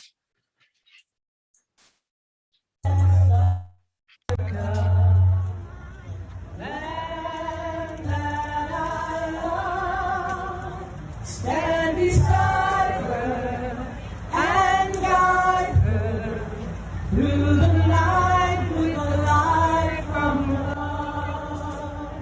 From the mountains to the prairies to the oceans, like before. God bless America, my home sweet home. God bless America, my home sweet home. Let's give it up for Arlette. That was beautiful. And that could be an anthem in another country. It doesn't necessarily need to be the United States. It's just those songs that you all seem to know the words to. You come together and there is just something, I think, that scares them. I think when we come together by spirit, by, love, that freaks them out, because there is some kind of power in that. And yeah, they can't beat it. We support each other, love each other, care about each other. We have something in common at that very moment. So somebody tweeted this out. I believe it must be some kind of a marker. It says, by signing the Declaration of Independence, the 56 Americans pledged their lives, their fortunes, and their sacred honor. It was no idle pledge. 9 signers died of wounds during the Revolutionary War. 5 were captured or imprisoned. Wives and children were killed, jailed, mistreated, or left penniless. 12 signers' houses were burned to the ground. 17 lost everything they owned. No signer defected. They honor like their nation remained intact. I thought that was just a good reminder, and this is just one more fireworks.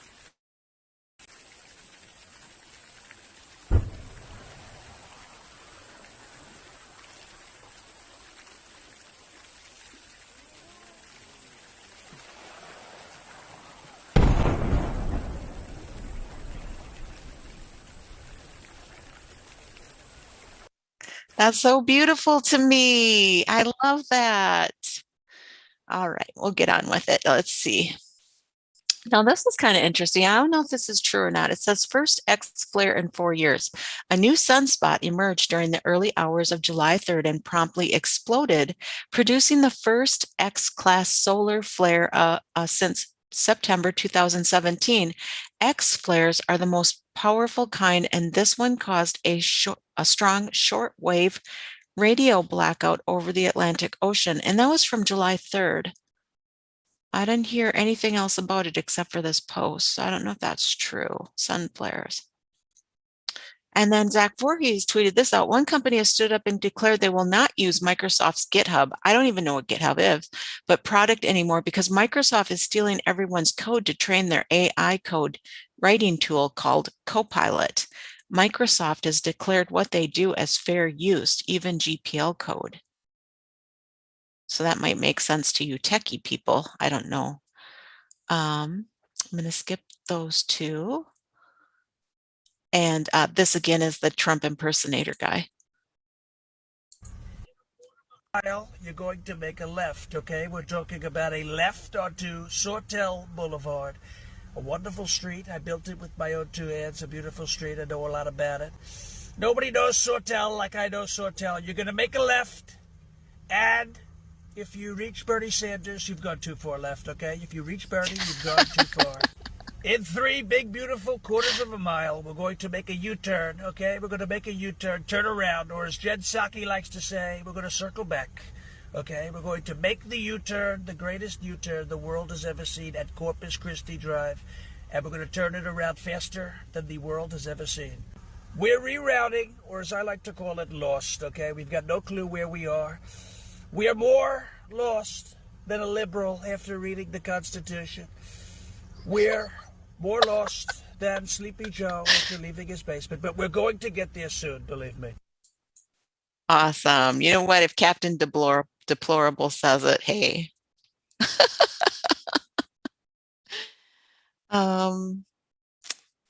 Let's try this one.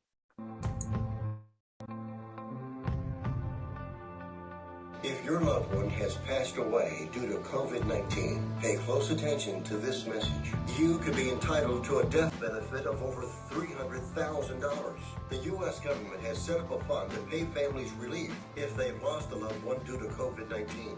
We know this is a hard time for you, and this fund has been set up by the federal government to help ease your pain. The compensation includes a death benefit and lost wages benefit. Time is limited, so we urge you to make a free phone call right now. There's no cost to you for this claim. All legal fees are only covered once you receive your money. So if you've lost a loved one due to COVID-19, call the legal helpline right now to find out. What do y'all think that is? Is that a scam? Are these things scam when there's TVs like, you know, like commercials like that come on? That's just so interesting to me. I don't know what that's about. If it's legitimate or not, that's kind of weird. Because I thought you couldn't sue them, the companies. So I don't know. Take it for what you will. Let's see. Whoops. Oops. All right, we'll play this one. Yes, I'm only a Bill, okay? And I'm sitting here on Capitol Hill. Well, I first came to be thanks to that low IQ AOC. And they talked about me all the time on the fake news on TV. Soon pencil necks like Adam Schiff and fools like Maxine Waters jumped in and shouted Green New Deal instead of open borders. Then senators like Crazy Bernie and Little Crying Chuck watched sadly with their own 2 eyes as the Green New Deal got stuck. I died right there on the floor of the Senate in front of Mitch McConnell. I came and went faster than a Big Mac ordered by Rosie O'Donnell. But if I ever make it to Sleepy Joe's desk, he'd sign me without hesitation. Because if there's one thing that Sleepy Joe does well, it's destroy our beautiful nation. Nice. All right. And I see I'm at the top of the hour. I have one more I wanted to show today, quick. I've got 2 more I want to show. If you're out there, so go I just want to show this quick. Oh my gosh, where is it? Oh, this is so cute. God has not given us the spirit of fear, but of power, but of love, and a sound mind. I am not afraid. In Jesus' name. In Jesus' name. Amen. Amen. Out of the mouth of babes. How sweet is that? Aw, I liked that. And then I just wanted to do this. You might have seen this. This has been going on. Oh, actually, I want to show this real quick. Zach Voorhees also tweeted out, "Hey, journalists on TechBeat, computers are now writing code. You want to cover this or nah?" So computers are writing their own code. Okay, I'm not techie, but I think that's scary.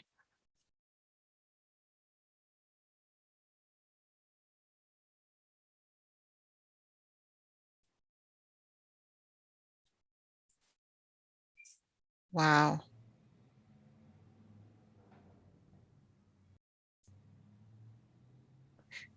And there must not be any sound to it.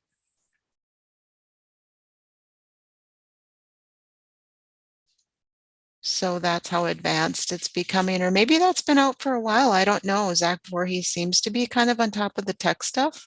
He was that Google whistleblower. I don't know. Make of it what you will. Okay, so this last video okay, two last videos. This was so cute. River Arrow. Call the ambulance. He's so cute.